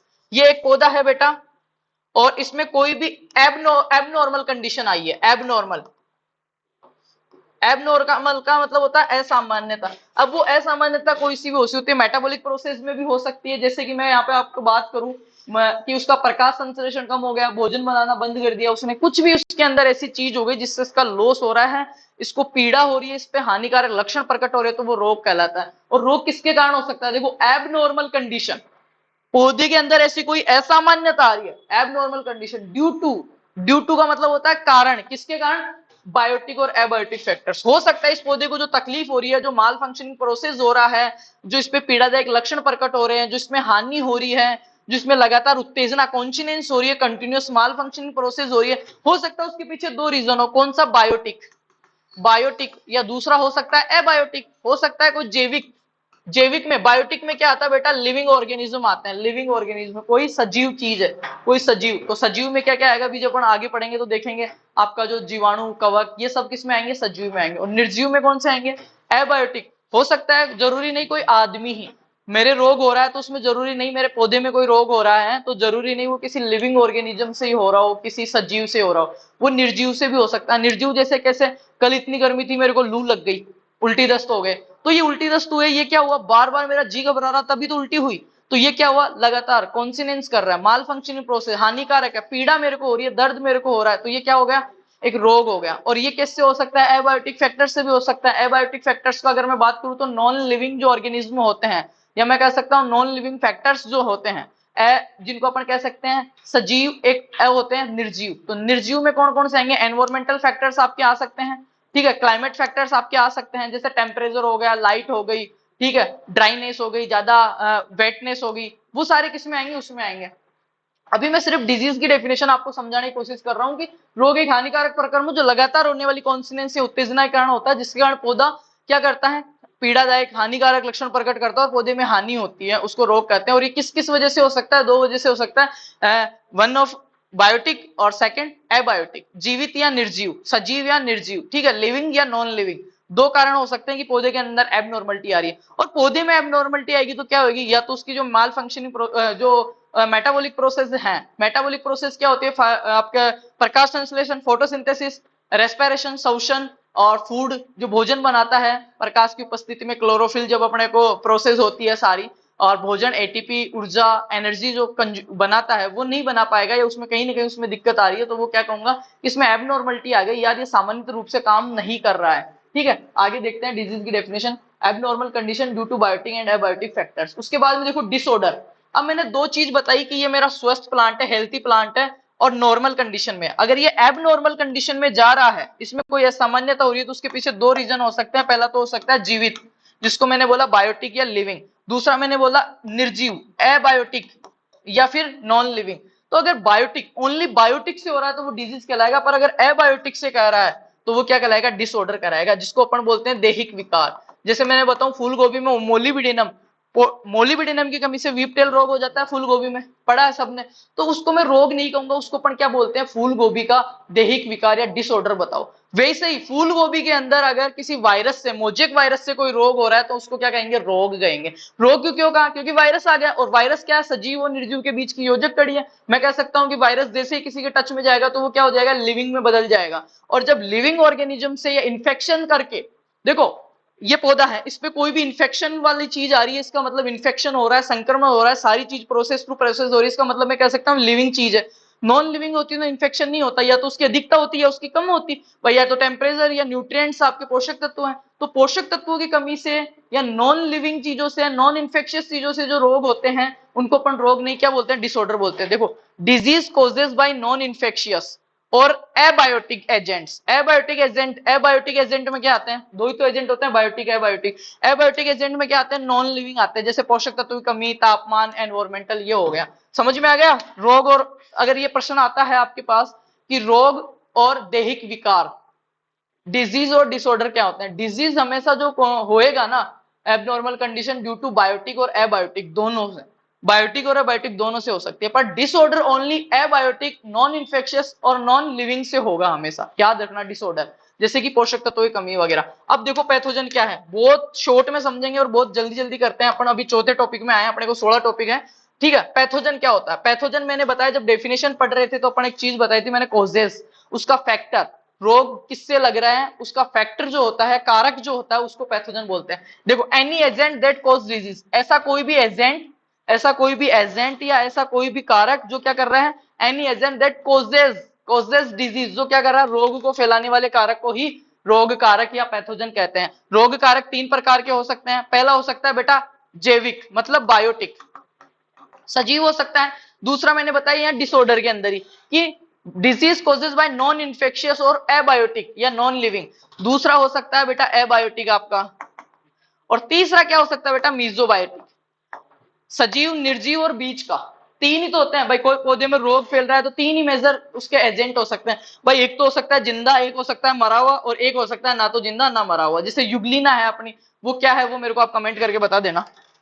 आगे बात करते हैं बेटा, डिजीज की हो गई abnormal condition due to biotic और एबायोटिक डिजीज। फिर आया disorder, disease causes by non infectious और एबायोटिक, पोषक तत्व या किसी नॉन लिविंग सेल से जो बनता है वो। उसके बाद में आया पैथोजन या रोग कारक, any agent that cause disease, any agent, कोई सा भी एक ऐसा एजेंट, वो तीन प्रकार का हो सकता है एजेंट, बायोटिक, एबायोटिक और मीजोबायोटिक। जैविक, जीवीय, जैविक, अजैविक और वातावरणीय हो सकता है। जैविक हो सकता है, अजैविक हो सकता है, या एनवायरमेंटल फैक्टर वो हो सकता है, तो उसको क्या बोलेंगे, पैथोजन बोलेंगे, जो रोग को फैलाता है। चौथा देखो पैरासाइट क्या होता है, परजीवी, organism that obtain nutrients from other living organism, ऐसे सूक्ष्म जीव जो दूसरे सूक्ष्म जीवों से अपना पोषण लेते हैं, वो क्या कहलाते हैं, परजीवी कहलाते हैं बेटा। सबको पता है, बहुत अच्छे से पढ़ाया हुआ, रिवाइज मैंने करवा दिया। पैरासाइट क्या होते हैं, organism that obtain nutrients from other living organism, ऐसे सूक्ष्म जीव जो दूसरे सजीव, जो जीव हैं, दूसरे जीव हैं, उनसे क्या करते हैं, ऑब्टेन न्यूट्रिएंट्स, उनसे इंटेक करते हैं, उनसे क्या करते हैं, वो पोषण लेते हैं, खुद कुछ भी नहीं करते हैं, इनसे लेते हैं, तो वो क्या कहलाते हैं, परजीवी कहलाते हैं। फिर देखो होस्ट क्या होता है, organism from which parasite obtain nutrients, वो पैरासाइट, ये देखो एक चीज समझना, ये एक पौधा है और ये एक क्या है, ये आपकी भैंस है और ये एक आदमी है। तो इस पौधे के ऊपर ऐसी कोई बेल छड़ गई है जो इस पौधे से क्या ले रही है, पोषण ले रही है, न्यूट्रिएंट ले रही है, खुद कोई मेहनत नहीं कर रही है, तो वो क्या कहलाएगी, पैरासाइट कहलाएगी। ये भैंस है, इस भैंस के ऊपर एक चिचड़ी ऐसी लग गई है, इस चिचड़ी को कोई मेहनत नहीं करनी पड़ रही, इस भैंस से वो इसका खून पी रही है, वो क्या कहलाएगी, पैरासाइट कहलाएगी। ये मनुष्य है, इसके जू है सर के अंदर, उस जू को कोई मेहनत नहीं करनी पड़ी, मनुष्य के सर से खून चूस रही है वो क्या कहलाएगी, पैरासाइट कहलाएगी।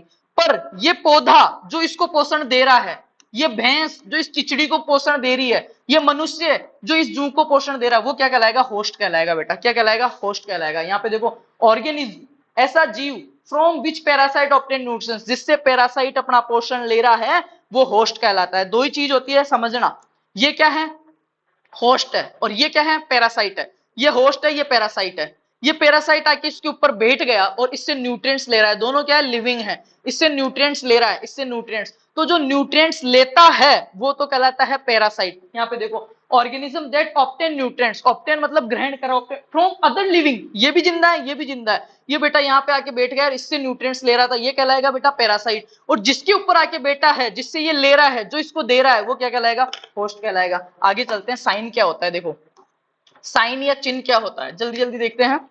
साइन या चिन्ह,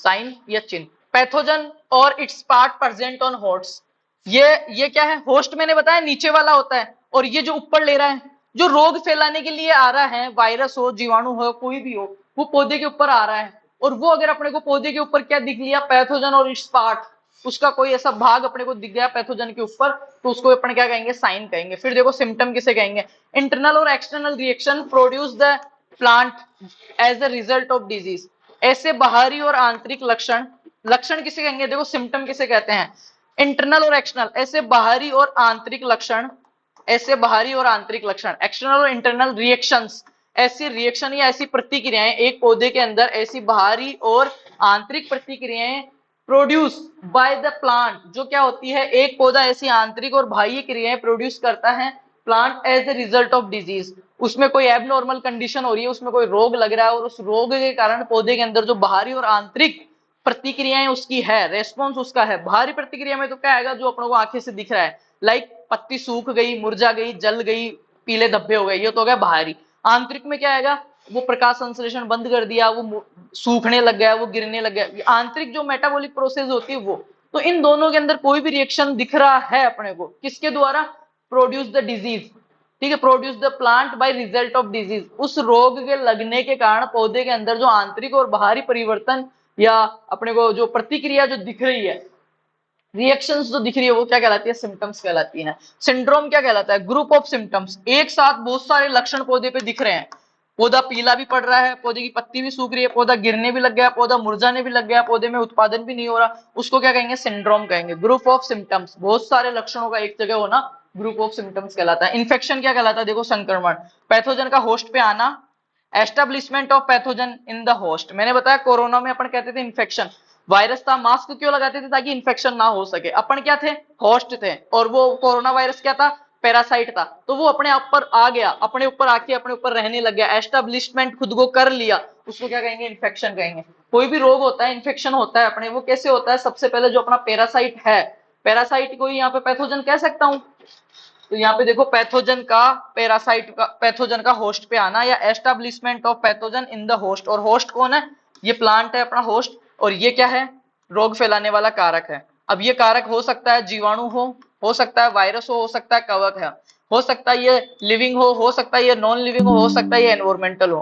पर ये जब आके इस हेल्थी प्लांट पे खुद को एस्टेब्लिश कर लेगा, इसका मतलब इसको इन्फेक्शन कर दिया। इन्फेक्शन के बाद में आता है Innovision, separate of pathogen, growth of pathogen in the host. Pathogen का होस्ट पे आक्रमण के पश्चात उस पे असर दिखाना क्या कहलाता है? इनोविजन।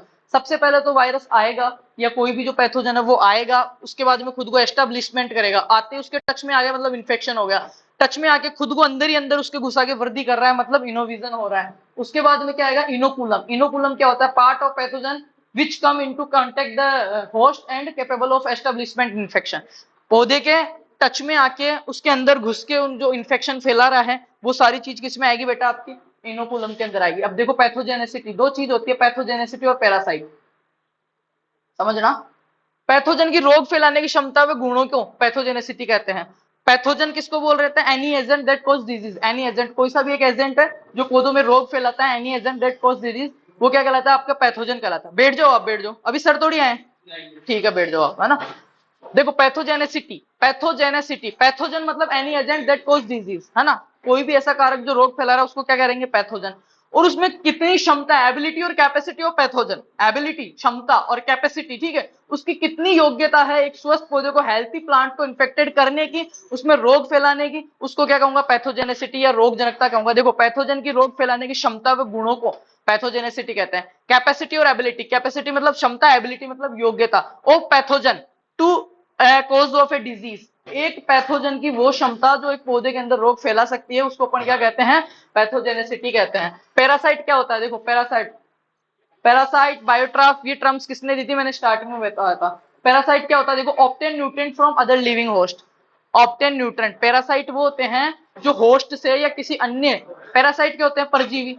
परजीवी क्या होते हैं? परजीवी क्या होते हैं? जो दूसरे सूक्ष्म जीवों से या दूसरे सजीवों से क्या करते हैं? अपना पोषण लेते हैं, वो परजीवी या पैरासाइट कहलाते हैं। और जिससे वो पोषण लेते हैं, जो नीचे उनके है, वो क्या कहलाता है? होस्ट कहलाता है। अब ये जो ऑब्लिगेटेड पैरासाइट और स्पेरोफाइट, ये पहले से अपन ने पढ़े हुए हैं, बहुत अच्छे से मैंने समझाया हुआ है। आवाज दी रहे ना, थोड़ा 2 मिनट बस। इंक्यूबेशन पीरियड क्या होता है? इंक्यूबेशन पीरियड ये होता है जब कोई पैथोजन, ये एक हेल्थी प्लांट है, समझना इंक्यूबेशन पीरियड क्या होता है। ये एक हेल्थी प्लांट है और ये क्या है? एक पैथोजन है। इसका क्या है? कारक है, रोग फैलाने वाला। हो सकता है ये बायोटिक हो, एबायोटिक हो या मीजोबायोटिक हो, ठीक है, हो सकता है लिविंग हो, नॉन लिविंग हो, एनवायरमेंटल फैक्टर हो। पर जब ये आके इन्फेक्शन कर देता है, यहाँ पे आके रुक गया, और यहाँ पे आने के बाद जब तक इस पौधे में सिम्टम नहीं हो रहे, जब तक ये पौधा स्वस्थ है, इसमें रोग नहीं फैलता, जब तक ये अपना काम लगातार कंटिन्यूस उसमें कॉन्सिनेंस उत्तेजना करता रहता है, उस टाइम पीरियड को क्या बोलते हैं? इंक्यूबेशन पीरियड बोलते हैं। इंक्यूबेशन पीरियड देखो, इसके बाद में देखते हैं, दो चीज होती है, समझना बहुत महत्वपूर्ण है, और आज के पेपर में बहुत ही ज्यादा इंपॉर्टेंट है, हाइपरप्लेशिया और हाइपरट्रॉफी। हाइपरप्लेशिया और हाइपरट्रॉफी। हाइपरप्लेशिया क्या होता है? देखो, कोशिकाओं की संख्या में असामान्य वृद्धि, excessive and abnormal growth due to increase in number of cells. ये चीज ध्यान रखना, नंबर ऑफ सेल्स मतलब कोशिकाओं की संख्या में। अब इसको मैं कंफ्यूज नहीं होना, कोशिका की संख्या में वृद्धि, और कैसी वृद्धि? एक्सेसिव, एबनॉर्मल, संख्या में असामान्य वृद्धि। जब किसी भी उत्तक में, किसी भी शरीर में, किसी भी प्लांट की सेल्स के अंदर एबनॉर्मल, एबनॉर्मल का मतलब असामान्य, एक तो होती है नॉर्मल ग्रोथ, ठीक है, मैं हूं अपन एक्सरसाइज कर रहे हैं, अपनी सेल्स गेन होती है, ठीक है, बाइसेप हो गई, अपने शोल्डर हो गया, तो क्या होते हैं सेल्स की अगर नॉर्मल ग्रोथ हो रही है तो ये बढ़ रहे हैं, पर अचानक से ऐसे हाथी पांव रोग सुना, अचानक से एबनॉर्मल एक्सेस ग्रोथ हो जाती है, एक हाथ इतना ज्यादा मोटा हो गया, तो उसको क्या कहेंगे अपन, हाइपरप्लेशिया। और इसको समझना कैसे, पैलेस, पैलेस मतलब स्थान, और एक नाम के स्थान या संख्या में स्थान बहुत सारे हो सकते हैं, ठीक है, संख्या में वृद्धि हो रही है, नंबर ऑफ सेल्स अगर बढ़ रही है तो हाइपरप्लेशिया कहलाएगा। और हाइपरट्रॉफी, ट्रॉफी जो होती है ना, ट्रॉफी वो एक ही होती है, बस छोटी हो चाहे बड़ी हो, जीतने वाले वो एक को ही मिलती है, तो इसमें अपन को ऐसे याद रखना है, हाइपर, हाइपर का मतलब होता है अधिक। अपन कहते हैं ना किसी को कोई बिना काम अगर वो कर रहा है तो इतना हाइपर काय को हो रहा है, इतना ऊपर काय को चढ़ रहा है, इतना वो ज्यादा क्यों कर रहा है, तो ज्यादा कर रहा है। और ट्रॉफी का मतलब यहाँ पे देखो, excessive and abnormal growth due to increase in the size of cells, कोशिका के आकार में अनियमित वृद्धि। अगर कोशिका का आकार बढ़ रहा है, साइज बढ़ रहा है, तो उसको बोलेंगे हाइपरट्रॉफी।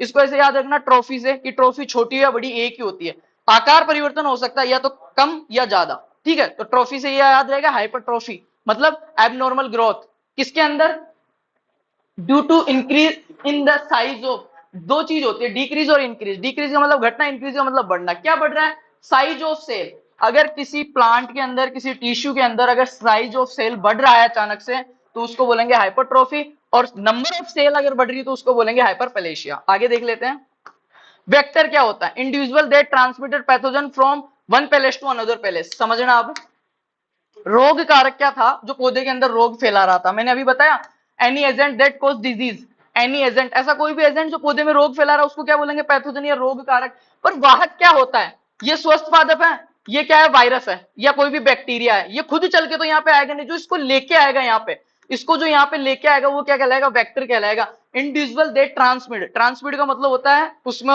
एक जगह से दूसरी जगह भेजना, ठीक है, ट्रांसफर अपन नहीं कहते क्या, यहाँ पे देखना आप, individual they transmit pathogen from one place to another place. एक पौधे पे रोग लग गया, यहाँ पे रोग कारक है मतलब पैथोजन है, आपका पैथोजन है, इसको एक पौधे से दूसरी जगह पे अपने आप तो जाएगा नहीं, या तो हवा के माध्यम, या पानी के माध्यम, या किसी कीट, या बी कीपिंग, आपके मधुमक्खी कीट, किसी के भी थ्रू जाएगा, तो वो जो लेके आने वाला एजेंट है ना बीच वाला, इस अपने एजेंट को जो रोग फैलाता है, इसको जो लेके आने वाला उसको कहेंगे वेक्टर कहेंगे।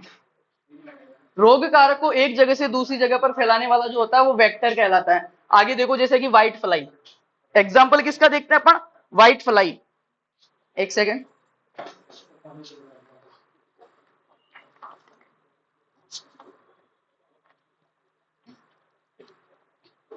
तो व्हाइट फ्लाई क्या कर रहा है अपना यहाँ पे, जो आपका जो येलो वेन मोजेक वायरस है, उस वायरस को क्या करता है, एक प्लांट से दूसरे प्लांट पे ले जाता है, इन्फेक्टेड करता है। वो वायरस खुद तो जा नहीं सकता, तो उसको जो ले जाने वाले जो वेक्टर्स होते हैं उसको क्या बोलते हैं अपन, वेक्टर या आपका वाहक बोलते हैं। क्या बोलते हैं बेटा, वाहक बोलते हैं। आगे देखते हैं अपन,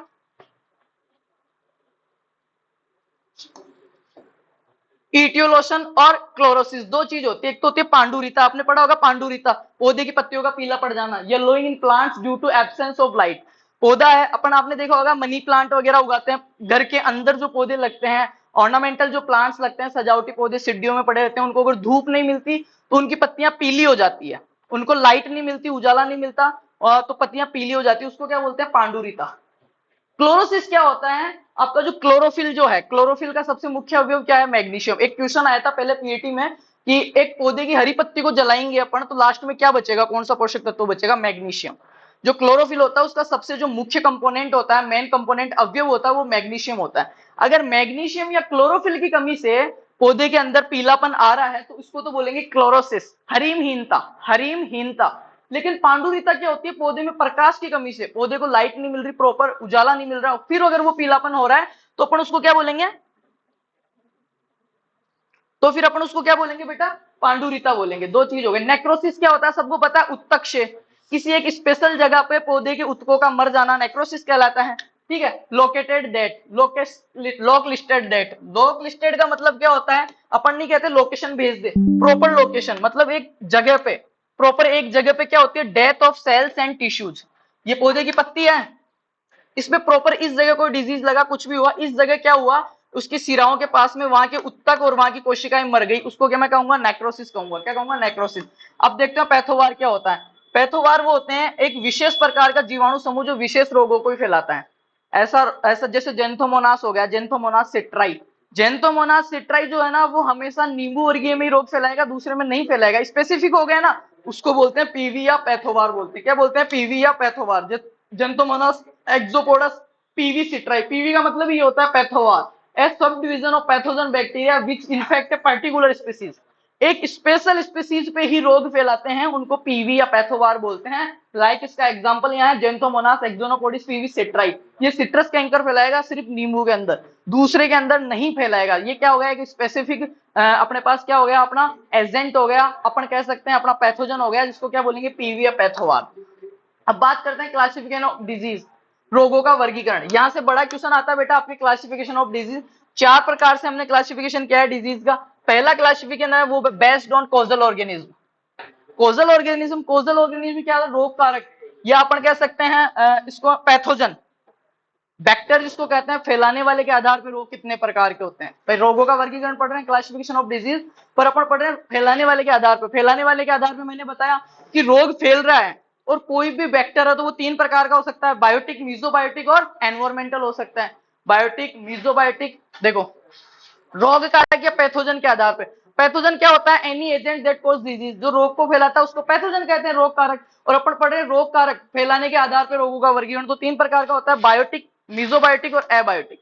हो सकता है वो जीवित हो, बायोटिक का मतलब हो सकता है वो जीवित हो सकता है वो लिविंग हो सकता है वो इन्फेक्शियस हो, इन्फेक्शन फैलाने वाला हो, सजीव हो, उसको बोलेंगे बायोटिक।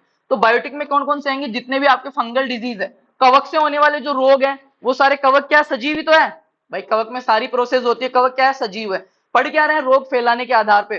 फैलाने वाले जो चीजें हैं, तो फैलाने वाली चीजें मेनली तीन ही प्रकार की हो सकती है। रोग फैल रहा है तो हो सकता है बायोटिक और एबायोटिक, जीवित और निर्जीव। डिसऑर्डर जो होता है ना, दैहिक विकार जिसको बोलते हैं, वो किससे? ओनली किससे फैलेगा? नॉन लिविंग से, नॉन इन्फेक्शियस से, एबायोटिक से। मतलब कोई पोषक तत्व की कमी हो गई तो अपन ये थोड़ी कहते हैं रोग हो गया, अपन क्या कहते हैं? इसमें दैहिक विकार हो गया या डिसऑर्डर हो गया, फलाना डिसऑर्डर। अपन पढ़ते हैं लिटिल लीफ, बहुत सारे डिसऑर्डर पढ़ते हैं, ठीक है। फूल गोभी में पढ़ते हैं, और भी मटर में पढ़ते हैं मैग्नीज की कमी से, ठीक है।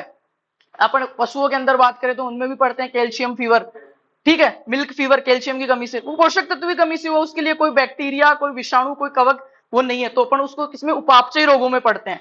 प्लांट्स की अगर बात करूं तो उसको डिसऑर्डर्स में अपन पढ़ेंगे, ठीक है। तो ये देखो यहाँ पर पहला बायोटिक, बायोटिक का मतलब जीवित, तो फंगल कवक से होने वाले जगह रस्ट ऑफ व्हीट, बैक्टीरिया जीवाणु से होने वाले रोग सिट्रस कैंकर, इसके बाद में प्रोटोजोआ से होने वाले रोग फाइलम नेक्रोसिस, शैवाल से होने वाले एल्गी जो है ना, ब्लू ग्रीन एल्गी बीजीए, वो भी क्या है? एक तरीके से क्या है? सजीव है, क्योंकि उसमें भी सारी चीजें होती है, धूप पड़ती है, सारी चीजें प्रोसेस होती है, तो वो भी इसी में आएगा। उसके बाद में अपन बात करते हैं red rust of T, nematode. Nematode भी क्या आता है? इसमें सजीवों में आता है। मॉलिक्यूल्स होते हैं वो भी सजीवों में आते हैं। तो ये तो बात होगी बायोटिक। अब बात करते हैं मीजोबायोटिक। मीजोबायोटिक में देखो एक चीज होती है वायरस।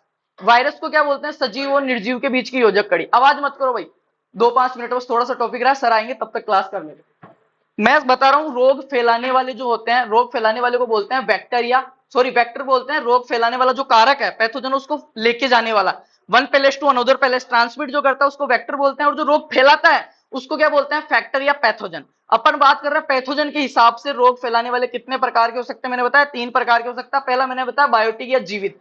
जीवित में मैंने बताया कवक, वायरस, सॉरी कवक, जीवाणु, शैवाल, निमेटोड। और अजीवित मीजोबायोटिक आता है एक बीच का, सजीव और निर्जीव के बीच की योजित कड़ी को बोलते हैं मीजोबायोटिक, जिसमें आता है पहला है वायरस। वायरस से होने वाले रोग टीएमवी, टोबैकोमोजेक वायरस। फिर आता है विरोइड, ठीक है, और पीरियंस। ये तीनों क्या है? विरोइड, पीरियंस। ये याद रख लेना, एग्जांपल सुन लो। हेलो, आवाज मत करो, ठीक है, देख लो इधर, समझ में आ रहा है तो। रोग फैलाने वाले जो होते हैं ना, या तो जीवित हो सकते हैं, और जीवित में आएंगे उनको बोलेंगे बायोटिक फैक्टर्स। बायोटिक में कौन कौन से होते हैं? कवक, जीवाणु, ठीक है, प्रोटोजोआ, एल्गी और निमेटोड। अब बात करूं मैं वायरस से होने वाले या मीजोबायोटिक, एक तो हो सकते हैं पूरे जीवित, एक हो सकते हैं अर्धजीवित जिनको बोलते हैं, जो सजीव और निर्जीव के बीच के होते हैं। उसमें कौन कौन से होते हैं? वायरस हो सकता है आपका, विरोइड हो सकता है और प्रियंस हो सकता है। एक होता है बेटा एबायोटिक, और एबायोटिक को अपन क्या बोलते हैं? देखो डिसऑर्डर, न्यूट्रिएंट डिफिशियंसी से होता है, जिंक में, जिंक की कमी से खेरा रोग होता है, वो किसमें होता है? धान के अंदर होता है। उसको अपन किसमें देखेंगे? डिसऑर्डर में तो देखेंगे। O2 की कमी से ब्लैक हार्ट रोग हो गया, डिजीज ऑफ एक्सटर्नल, अनियमित तापमान, या तो एक्सेस टेम्परेचर या क्लाइमेट कंडीशंस की अगर मैं बात करूं तो टेम्परेचर अगर अप डाउन होएगा उससे भी रोग हो जाते हैं, ठीक है, अप डाउन होता है। तो उसमें कोई भी एनवायरमेंटल फैक्टर इफेक्ट कर रहा है, कोई भी बायोटिक या एबायोटिक चीज नहीं आ रही है उसके अंदर, कोई भी जीवाणु, बैक्टीरिया, कवक नहीं आ रहा है, नॉन इन्फेक्शियस चीजें आ रही हैं, ठीक है, तो वो किसमें आ जाएगा? आपका डिसऑर्डर या एबायोटिक, ये डिजीज का क्लासिफिकेशन हो गया एक प्रकार से। दूसरा क्लासिफिकेशन देखते हैं बेस्ड ऑन इनोकुलम, फैलने के आधार पर। पहले पढ़ा था फैलाने वालों के आधार पर। फैलाने वाले तीन प्रकार के होते हैं, जीवित, अजीवित और निर्जीव। जीवित को बोलते हैं बायोटिक, जो आपका मीजोबायोटिक है जिसको बोलते हैं सम, बीच वाले, ना तो जीवित ना सजीव। और तीसरा जो है आपका वो कौन सा था, कौन सा था, एबायोटिक, डिसऑर्डर। अब बात करते हैं बेस्ड ऑन इनोकुलम।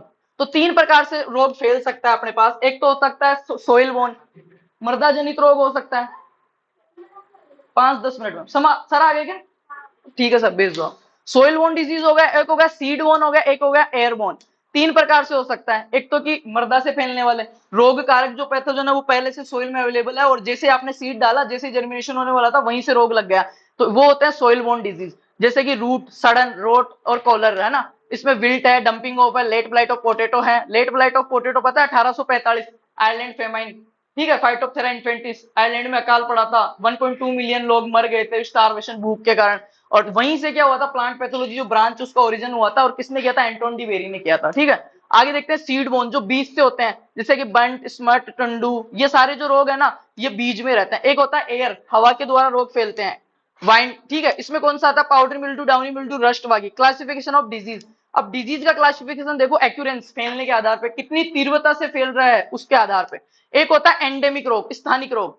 इसमें क्या होता है, स्थानिक रोग में जहां पे मतलब एक छोटे स्थान पे ही होते हैं और कभी होते हैं कभी नहीं होते हैं, उनको बोलते हैं स्थानिक रोग। यहाँ पे आप देख सकते हो, व्हेन ए डिजीज रिमेन्स मोर और लेस, कम या ज्यादा स्थिति में होएगा, present from year two year, year two year या मॉडरेट कंडीशन में आएगा, उसको अपन क्या बोलेंगे, एंडेमिक। और एंडेमिक को क्या बोलते हैं अपन, जैसे कि दार्जिलिंग की पहाड़ियों पे एक रोग हुआ था, वो एंडेमिक का उदाहरण है। उसके बाद में होता है एपिडेमिक। एपिडेमिक में होता है देखो महामारी, बहुत क्या होता है एक्यूरिंग, बहुत समझ टाइम के बाद आते हैं, पर जब भी ये रोग आते हैं ना तो बहुत तेज या तीव्रता में आते हैं, उनको बोलते हैं अपन एपिडेमिक। और एपिडेमिक का उदाहरण यहाँ पे क्या है, आयरलैंड में अकाल। आयरलैंड में उस टाइम अकाल पड़ा, उसके बाद में नहीं हुआ ये रोग, होता है पर उतनी तीव्रता से नहीं हुआ, एक बार बहुत टाइम के बाद होते हैं, पर जब होते हैं ना तो सब कुछ खत्म कर जाते हैं, तो वो क्या कहलाते हैं आपके, एपिडेमिक कहलाते हैं। फिर कहलाता है स्पोरेडिक, कदाचित, छुटपुट रोग, जुकाम बुखार की तरह आते हैं चले जाते हैं, इतना इफेक्ट नहीं करते हैं, ठीक है। उसके बाद में देखते हैं पेंडेमिक, सर्वव्यापी, जो पूरे देश में होता है, पूरे विश्व में होता है, सर्वव्यापी होता है, उनको बोलते हैं। अब एक चीज होती है पैथोजेनेसिस, रोग जनन। पैथोजन मतलब रोग फैलाने वाला, पैथोजेनेसिस मतलब उसका जनन होना, रोग फैलाने वाले के बारे में। तो ये जो सारे टॉपिक्स रह गए अपन ये बाद में देख लेंगे। बैक्टीरिया के बारे में दिया हुआ है एक, तो इसके बाद में आपके बैक्टीरिया है, उसके बाद में वायरस है। रिप्रोडक्शन दिया हुआ बैक्टीरिया में दो प्रकार से होता है, वर्टिकल जीन ट्रांसफर और हॉरिजेंटल जीन ट्रांसफर, ठीक है। उसके बाद में अपन देखते हैं बैक्टीरिया के अंदर, फिर फंजाई के बारे में पढ़ेंगे। कवक, कवक क्या होते हैं, यूकैरियोटिक प्रकार के होते हैं। यू मतलब न्यू, कोशिकाएं दो प्रकार की होती है, प्रोकैरियोटिक और यूकैरियोटिक। प्रोकैरियोटिक मतलब प्रो मतलब पुरानी, पुरानी है तो क्या होगी, अल्प विकसित होगी, जो भी उनके सेल ऑर्गन से वो क्या होंगे, कम विकसित होंगे, कम डेवलप होंगे। और यू मतलब, यू का मतलब ले आप YNEW, न्यू से लो, यू मतलब न्यू, न्यू है तो मतलब क्या होगा, पूरा कंप्लीट विकसित होएगी वो, ठीक है। सेल वॉल काइटिन की बनी होती है, ओमाइसिटीज में सेलुलोज की होती है। ये यूनिसेलुलर होते हैं, सिंगल बॉडी वाले। ये फंगस के बारे में ही है। उसके बाद में फंगस, निमेटोड, विरोइड, और इसको क्या बोलते हैं, बैक्टीरियोफेज, ठीक है। वायरस, संक्रमित जो वायरस होता है उसको बैक्टीरियोफेज बोलते हैं। ये चित्र आपका महत्वपूर्ण है। तो ये अभी हमने, टाइम कम है इस वजह से जल्दी से क्लास करी है, बाकी इसकी वन शॉट क्लास का भी मैं बता देता हूं, ठीक है, जहां पे आपको मिल जाएगी पूरी प्लेलिस्ट, तो वहां से आप कंप्लीट कर लेना है ना पेपर से पहले।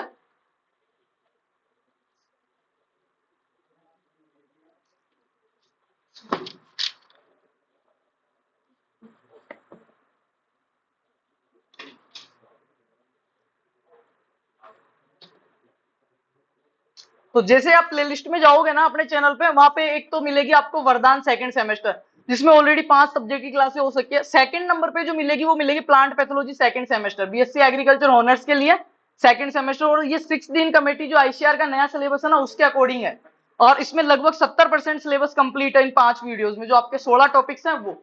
तो इसमें पहला आपको ये मिल जाएगा फंडामेंटल्स ऑफ प्रिंसिपल्स, दूसरे में हिस्ट्री मिल जाएगी, तीसरे में टर्म्स एंड कॉन्सेप्ट्स मिल जाएंगे, चौथे में पैथोजेनेसिस, और 5वें में क्लासिफिकेशन ऑफ डिजीज।